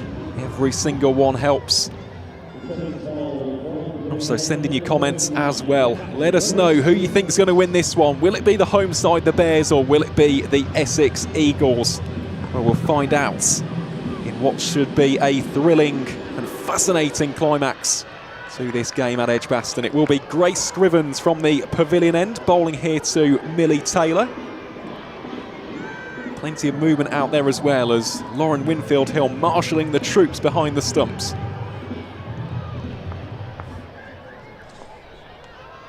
Yeah, I think it's a big few overs. We're just coming into... And as we were saying earlier, our discussions are little guesstimates, and 116 for 6. I think the Bears are in great position. 35 runs required off 30 balls. What are your thoughts? I think this partnership is probably going to be the big one for the home side. That's a really nice shot from Taylor. A couple of bounces up towards Gardner for a single. I think that if these two can get the Bears to, let's say, sub 20, I think at that stage the home side will probably have the advantage. If one of these two goes in, let's say, this over or the 17th, again, there could be a twist in the narrative. So, yeah, without sounding too cliche here in the commentary box, big partnership this for the 7th wicket.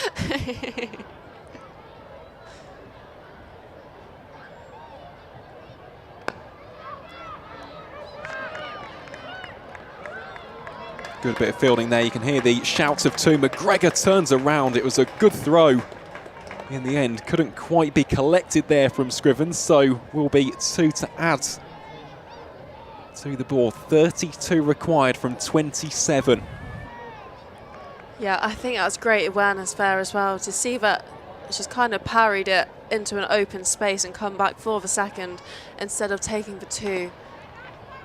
And I'm sure they'll be trying to do the same here, is to take that 2, which they have, and they will scamper through a direct hit.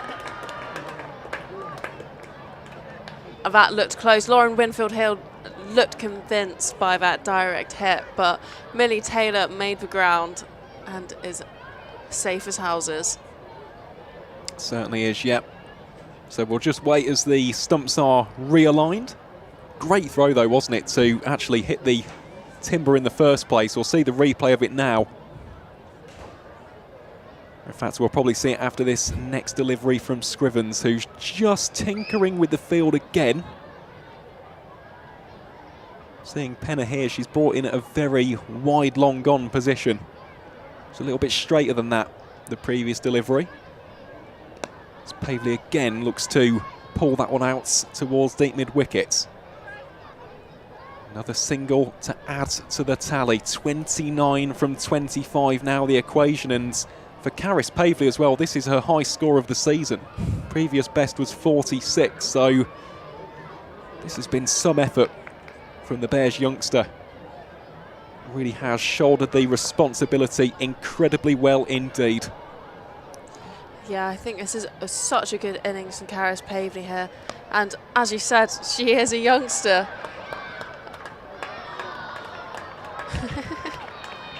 I think you can hear a little bit of disappointment from a Hollies whoever that didn't go for another boundary to finish off the over, but that was a great shot to finish up.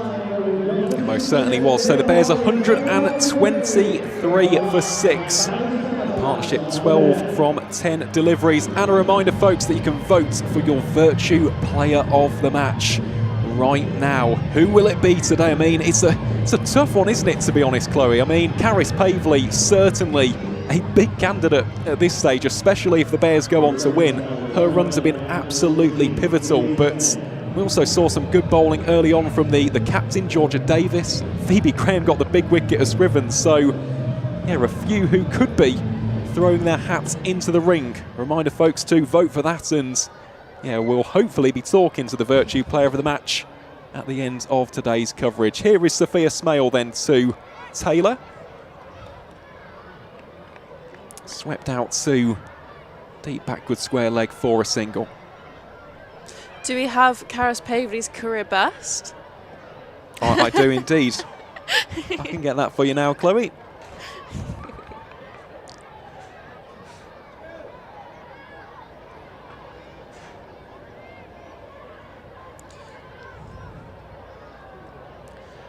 Left arm finger spinner, bowling to the left arm finger spinner.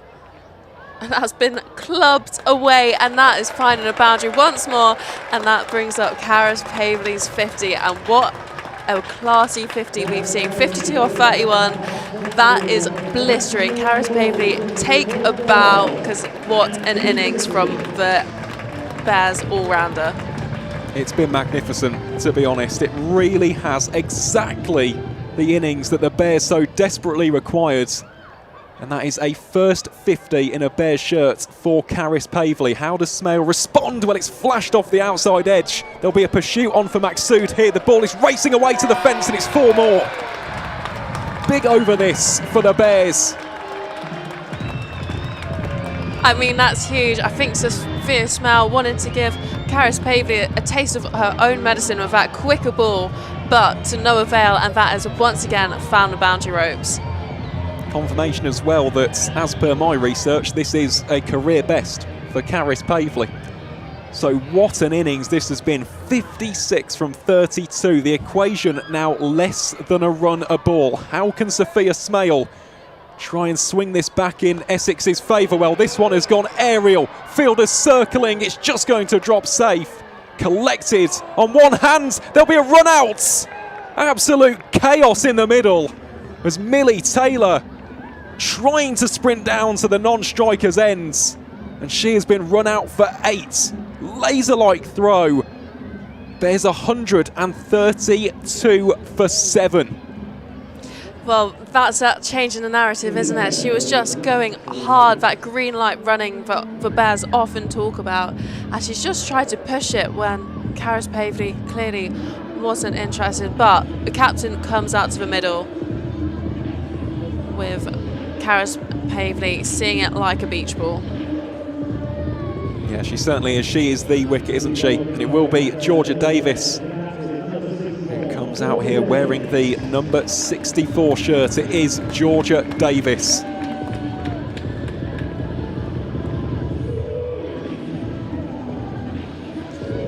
Now, obviously, captain will definitely be looking to take his over mark. Skipper's had some seriously good innings so far this season, a couple of 50s to her name. So even though she's coming in at number 9, she can sure bat. Yeah, she can. Georgia Davis, no slouch with the bat in hand whatsoever. So 19 from 20, only 3 wickets remain. Well, there's just something in the water here at EdgBLASTon, isn't there? When it comes to run chases and thrilling games of cricket. Here is Smale then to Davis, and she'll begin with a single. Of course, the very first game in this brand new era of professional county cricket was the 212 run apiece tie against Hampshire in the Metro Bank One Day Cup. And of course we saw the first game in the T20 Blast, and that was a 160 run apiece tie. Never a dull day as a fan of this great cricket club. So 19 from 19 the equation. Yeah, this is a great position to be in. A run a ball, and despite that wicket in the last over, I still think that the Bears team are in the driving seat here. Yeah, and it all goes here with Caris Pavley, to be honest. She is 57 from 34 and has definitely been the pick of the Bears batters so far today. So we'll take a look now at the score comparison at this stage of the game. After 17 overs, Essex 127 for 3. The Bears 133 for 7. So 6 runs ahead, 4 wickets worse off. This one is going down to the wire, folks. So let's wait and see what it's got in store for us. I mean, we do love a tight game. Obviously, being involved in both ties that the season has seen so far. But hopefully the girls can seal the deal before it gets down to that wire. So this is a big call. It's Jodie Grucock with the spin. Pavley advances down the track. It's a huge 6! Huge shots from Caris Pavley. Wow! Completely middled that one out towards deep mid wickets. This is an astonishing knock from the Bears all-rounder. I mean, that was mahoosive. That has been carted into the leg side, and I mean, that has been clear of the ropes completely. That has a huge swing, and you can see that as that's crashed out into the leg side. Well, tries to go for the carbon copy, will just be a single. Yeah, we had a little bit of confusion with the scorers a little bit earlier on, so it was 135 for 7 at the end of the 17th over. So the equation now 9 from 16, and there'll be some pretty intense conversations here between bowler and captain and keeper, and yeah, it's getting to the stage now where Essex need to force the initiative. Yeah, 9 off 16, and that is firmly into the Bears dressing room, I say. That 6 has put the Essex bowlers under pressure, and you can see here they're trying to squeeze and force a mistake. Nice little pick up there for Georgia Davis. Could there be 2 here? No, there isn't. Sensible that from Pavley to send her captain back.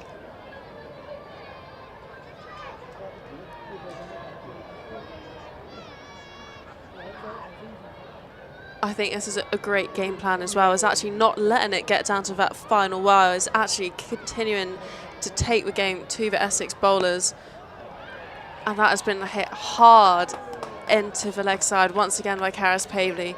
Safe to say she's found the middle of that bat today. Yeah, she has. This has been absolutely astonishing, to be honest. A really mature knock, this, from Caris Pavley. She is one of the standout players, wasn't she, across formats for the Central Sparks, as Grucock bowls here to Davis. They wisely turned down the single on that occasion.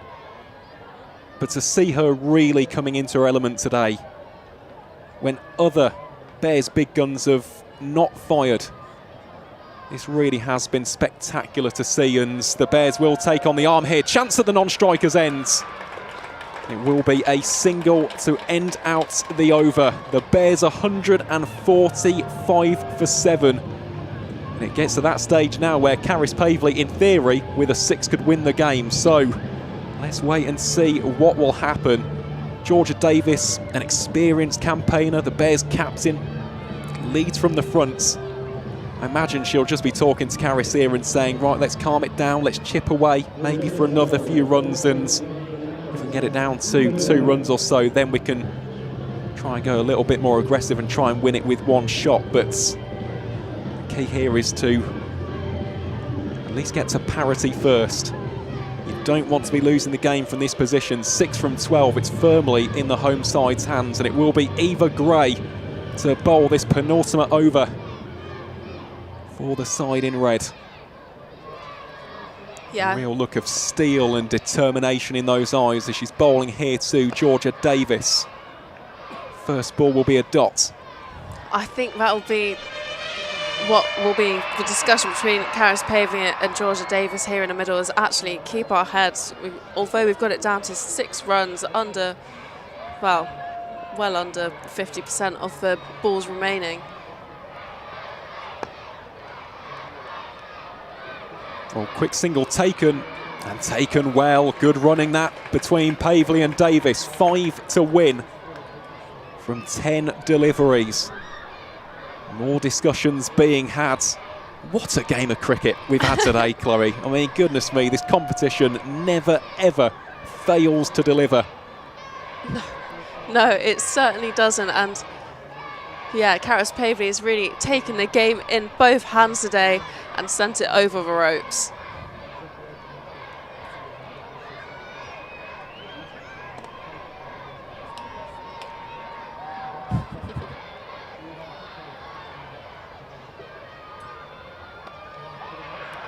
Nice shot from Pavley. Good field placement though. Grucott was there to clean up that ball. So 4 to win. Fielders pushed out on the onside here for Georgia Davis as the school kids in the Hollies amp up the decibels, trying to urge the home side to the victory.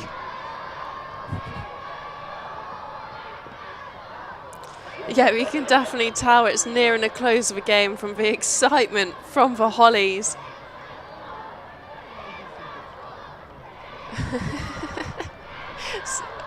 Can you work out what they're saying? Something verbal.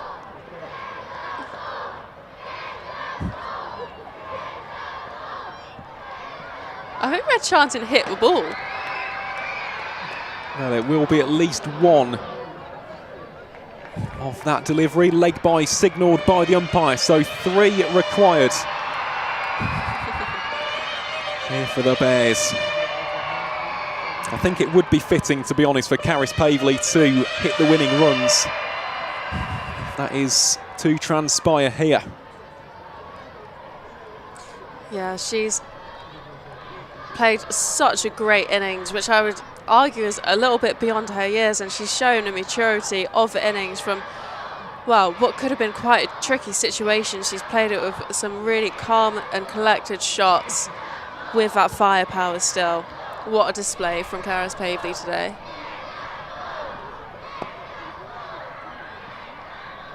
Just leaving us waiting here is Karis Pavley.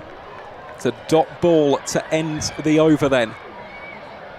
So, the Bears 149 for 7, or 148 for 7.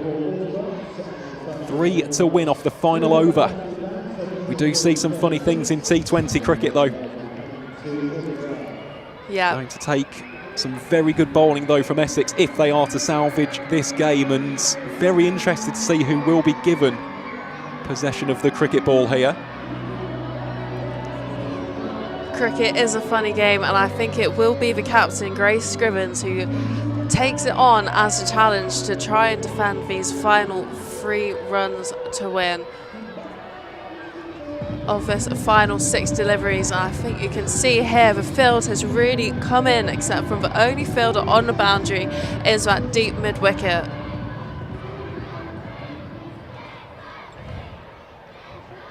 Everybody in off the ring, closing in on Georgia Davis for batter on strike.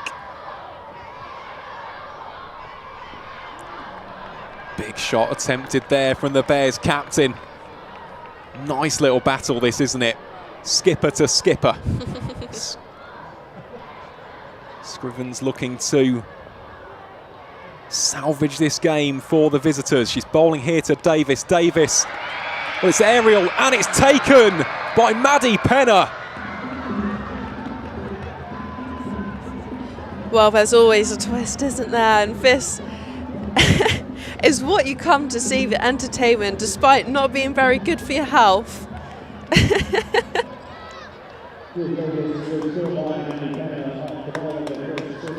So the Bears 148 for 8.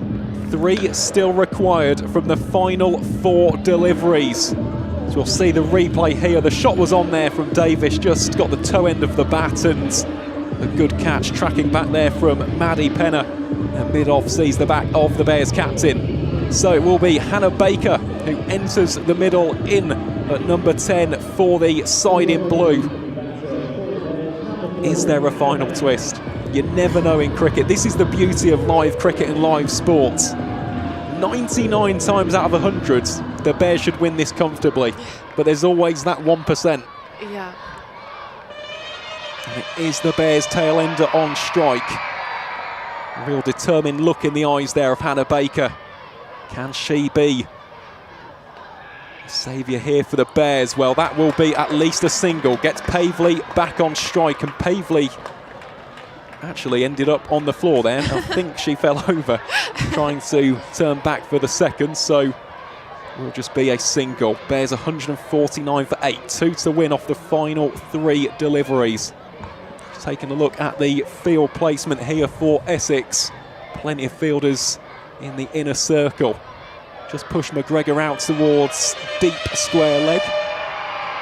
Other than that, everyone pretty much in and around that 25-yard circle, as Winfield Hill again marshalling the fielders around the ground, trying to cut off those gaps, put the pressure back onto the home side. I mean, what a game of cricket. This is tense. Hands can't really sit still out here. Pavley advances down the track. This should be a single. And it will be. Scores are level with 2 balls remaining. Surely we're not going to see another tie this season. Surely not. Already saw one in the game against the Blaze. There's already been one here at EdgBLASTon this season in the game in the One Day Cup against the Hampshire Hawks.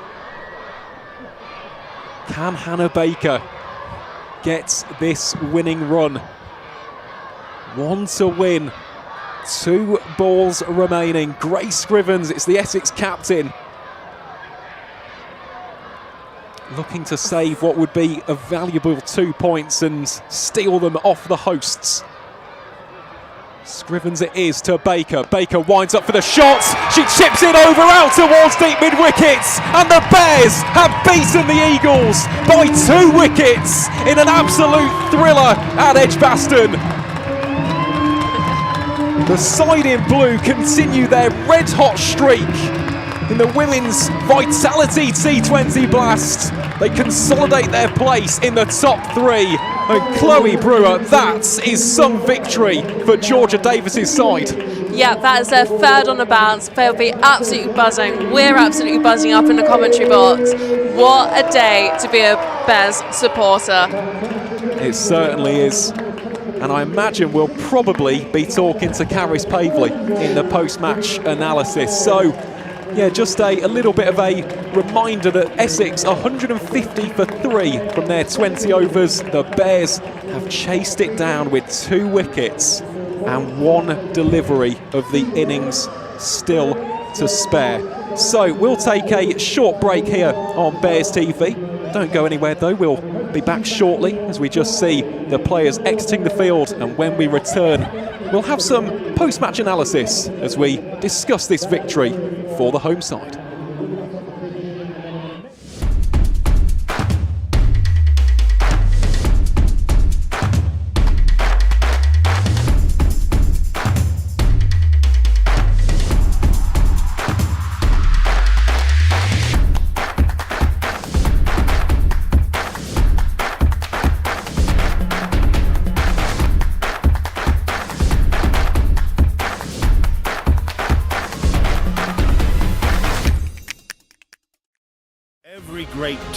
has its unsung heroes.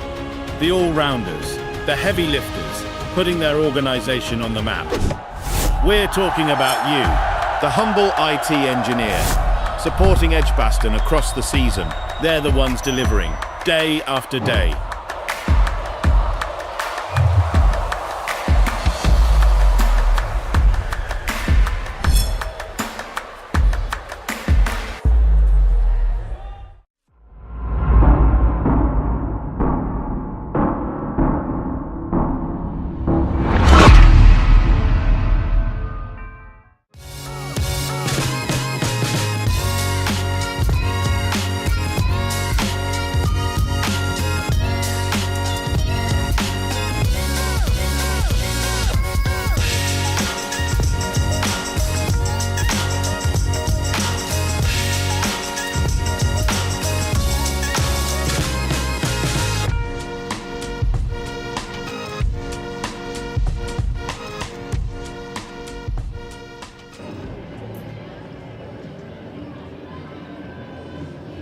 So welcome back, folks, where we have just seen the Bears beat the Essex Eagles by 2 wickets in an instant classic here at EdgBLASTon. It's a victory that puts the Bears at this stage of the campaign into second place in the table. The Blaze 3 points behind. They still have got those 2 games in hand, but that is some result for Georgia Davis's side. And what a result and what a game of cricket we have witnessed. We'll take a look at the highlights in due course. But Chloe, in terms of what we've witnessed here on this sunny, sun-drenched afternoon in the second city, I mean, what have you made of the way in which the Bears went about that chase and ultimately got those 4 points? Yeah, I mean, there's one thing you can be sure about with the Bears team is that they will provide the entertainment. They came out there with tons of fireworks, lots of horsepower to get the game and seal the deal, and that has created that gap between 3rd and 4th, and that's made such a big gap, and that is exactly what they'll be after today. I mean, what more could you want? Well, you can't, to be honest. It is a great result for the Bears. We'll just have a little bit of a post-match breakdown before we are joined by our Virtue Player of the Match in that seat over there, but it's a tremendous result for the side in blue. And as for Essex, Chloe, just to talk a little bit about the Eagles, I mean, they've taken it so close, haven't they? In the end, the Bears victorious on the penultimate delivery. It's going to hurt at this stage, but the Eagles can still take tremendous praise and plaudits from the efforts of the top 2 for the first time so far this season.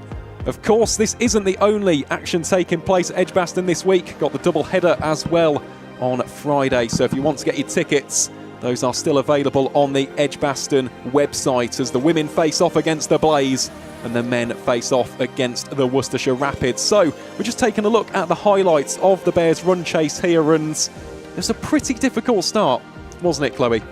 Yeah, for sure. That's definitely not the start that we wanted, but that's that double-edged sword there with how the Bears want to play their cricket is they want to come hard and attack and really take down that power play.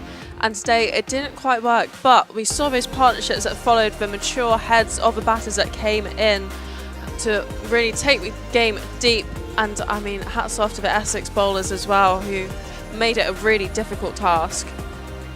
Well, they did, and I think Esme McGregor, as we identified at the start of the broadcast, she was the real danger, wasn't she, as far as the Bears were concerned, and bowled exceptionally well today.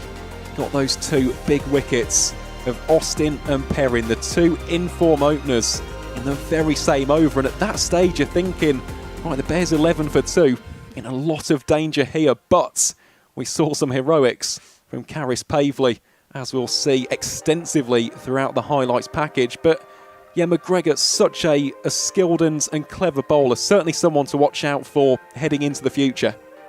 Yeah, for sure. And I mean, if you're leading the wicket column at this age, I mean, it's not bad going, is it? No, it isn't. It's quite staggering, to be honest. Already has 16 wickets so far in the campaign, and yeah, just sowed those early seeds of doubts into the mind of the Bears players, coaching staff, supporters.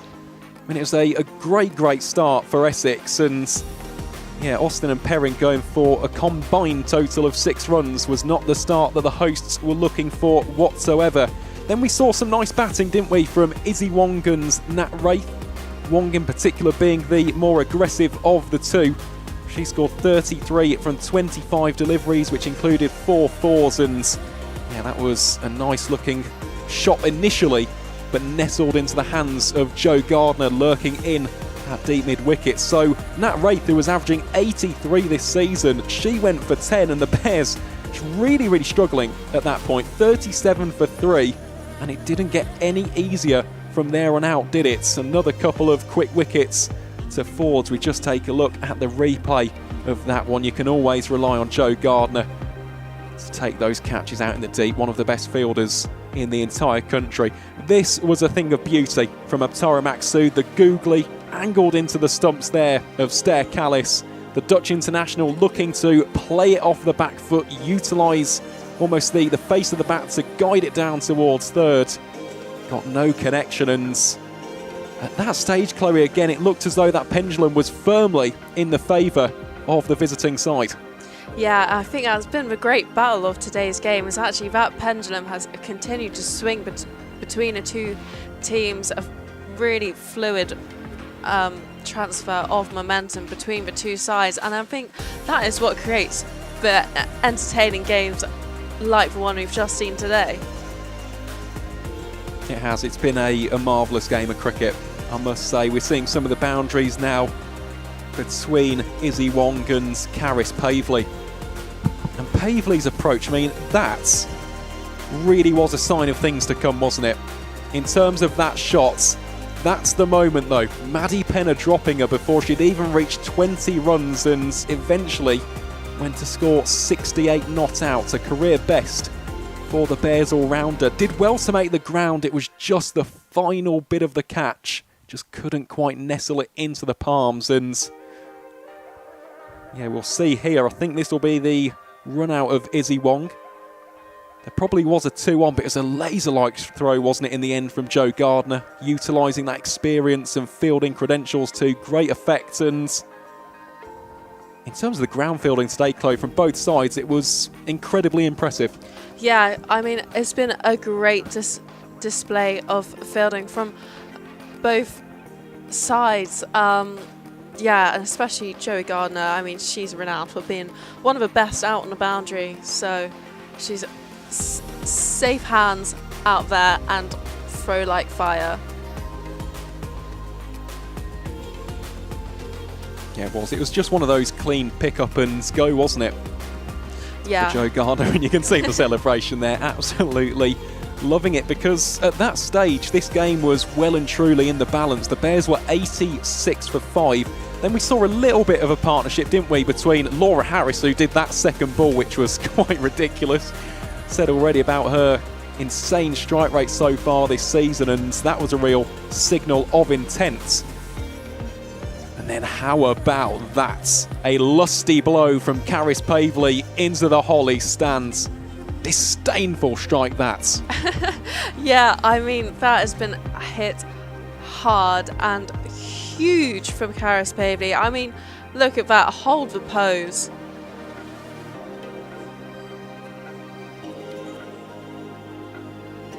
Yeah, deserved, wasn't it? Great stuff that from Caris Pavley. Certainly entertained the 1,000 school kids in attendance, who we're actually seeing right now are doing autographs and selfies with the players, which is wonderful to see. And how about that shot as well from Pavley? Exactly how to play a leg spin bowler, meeting the pitch of the delivery, swinging the full face of the bat. This was where things also could have got a little bit dicey. Harris went down for the sweep, eventually just scooped it, and an excellent diving catch from Atara Maksud saw the back of the Australian overseas player. And we saw some good bowling towards the end from Sophia Smale. This was the other one which just landed short, didn't it? Aviva Gray. And then of course it resulted in the run-out of Millie Taylor. This is probably the better angle of it. Again, they ran hard for the first one. It was just the second one. It's a great throw, clean pick-up in the left hand, transfers it over to the right. And of course for Winfield Hill it was easy, wasn't it?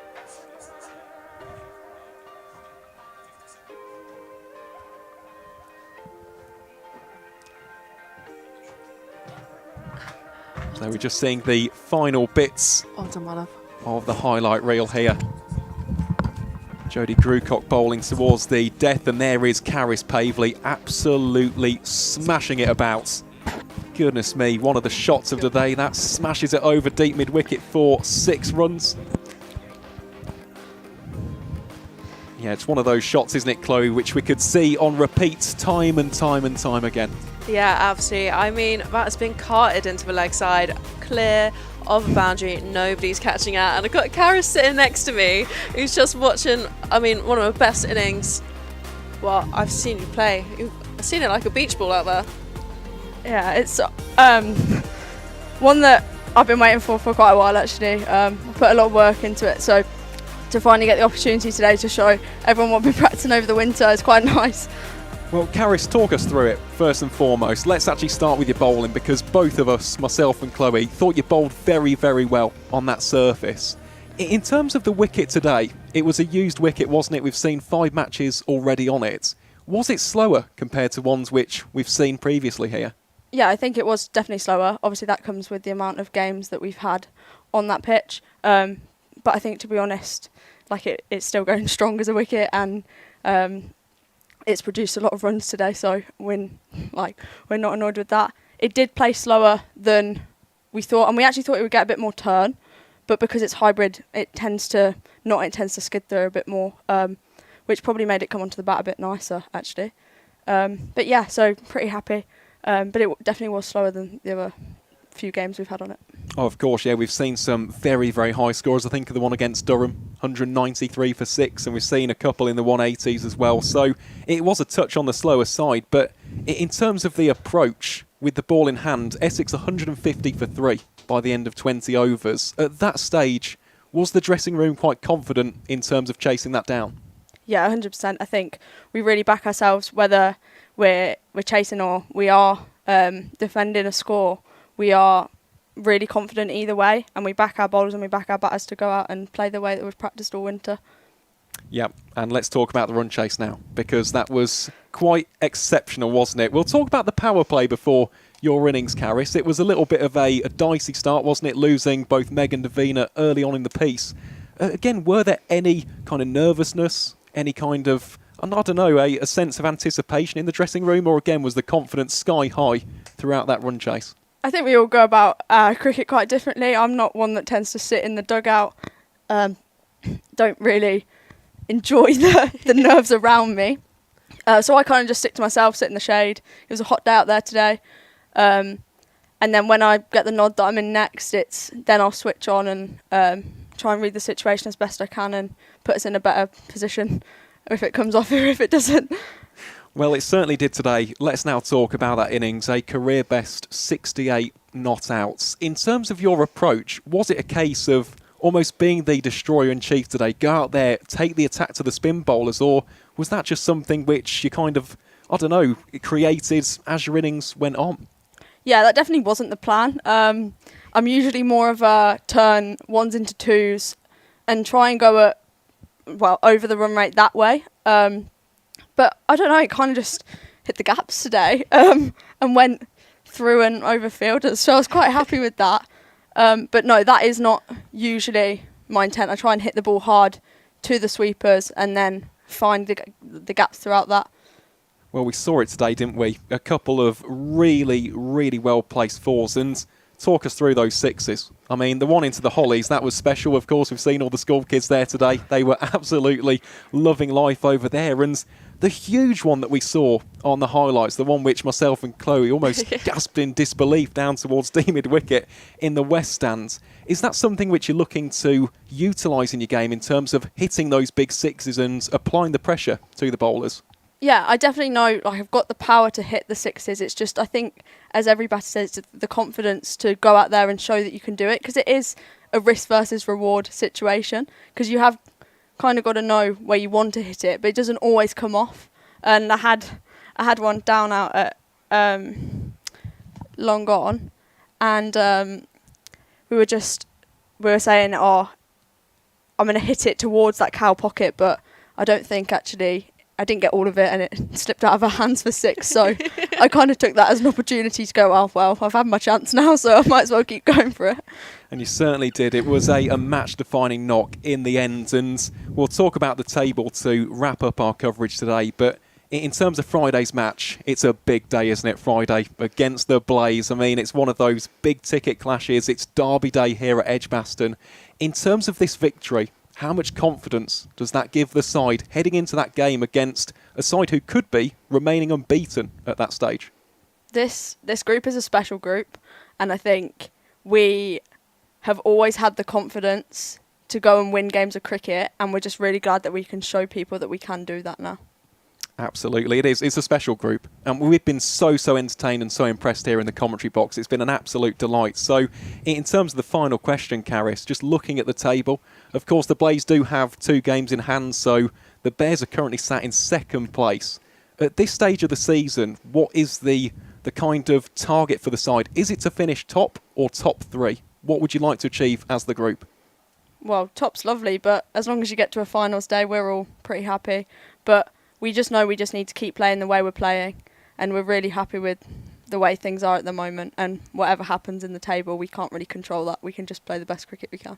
Most definitely. Well, Caris, on behalf of myself and everybody here at Bears TV, well played. It was an absolutely astonishing knock. Unsurprisingly, our Virtue Player of the Match, so congratulations on that award as well. And yeah, a massive thank you to each and every single one of you for tuning in to Bears TV today. We hope that you've enjoyed the coverage from our excellent camera operators, our behind-the-scenes team in the production room, and of course us two here on comms, from myself, Aaron Viles, and of course Bears all-rounder Chloe Brewer. So that is it for today's game between the Bears and the Essex Eagles. We'd better see you on Friday for that double header. It's Midlands Mania Part 2 as the Bears take place against the Blaze and the Worcestershire Rapids. We hope to see you in a couple of days' time. But for now, it's goodbye from us from Bears TV, and we hope you have a very safe and enjoyable Wednesday afternoon.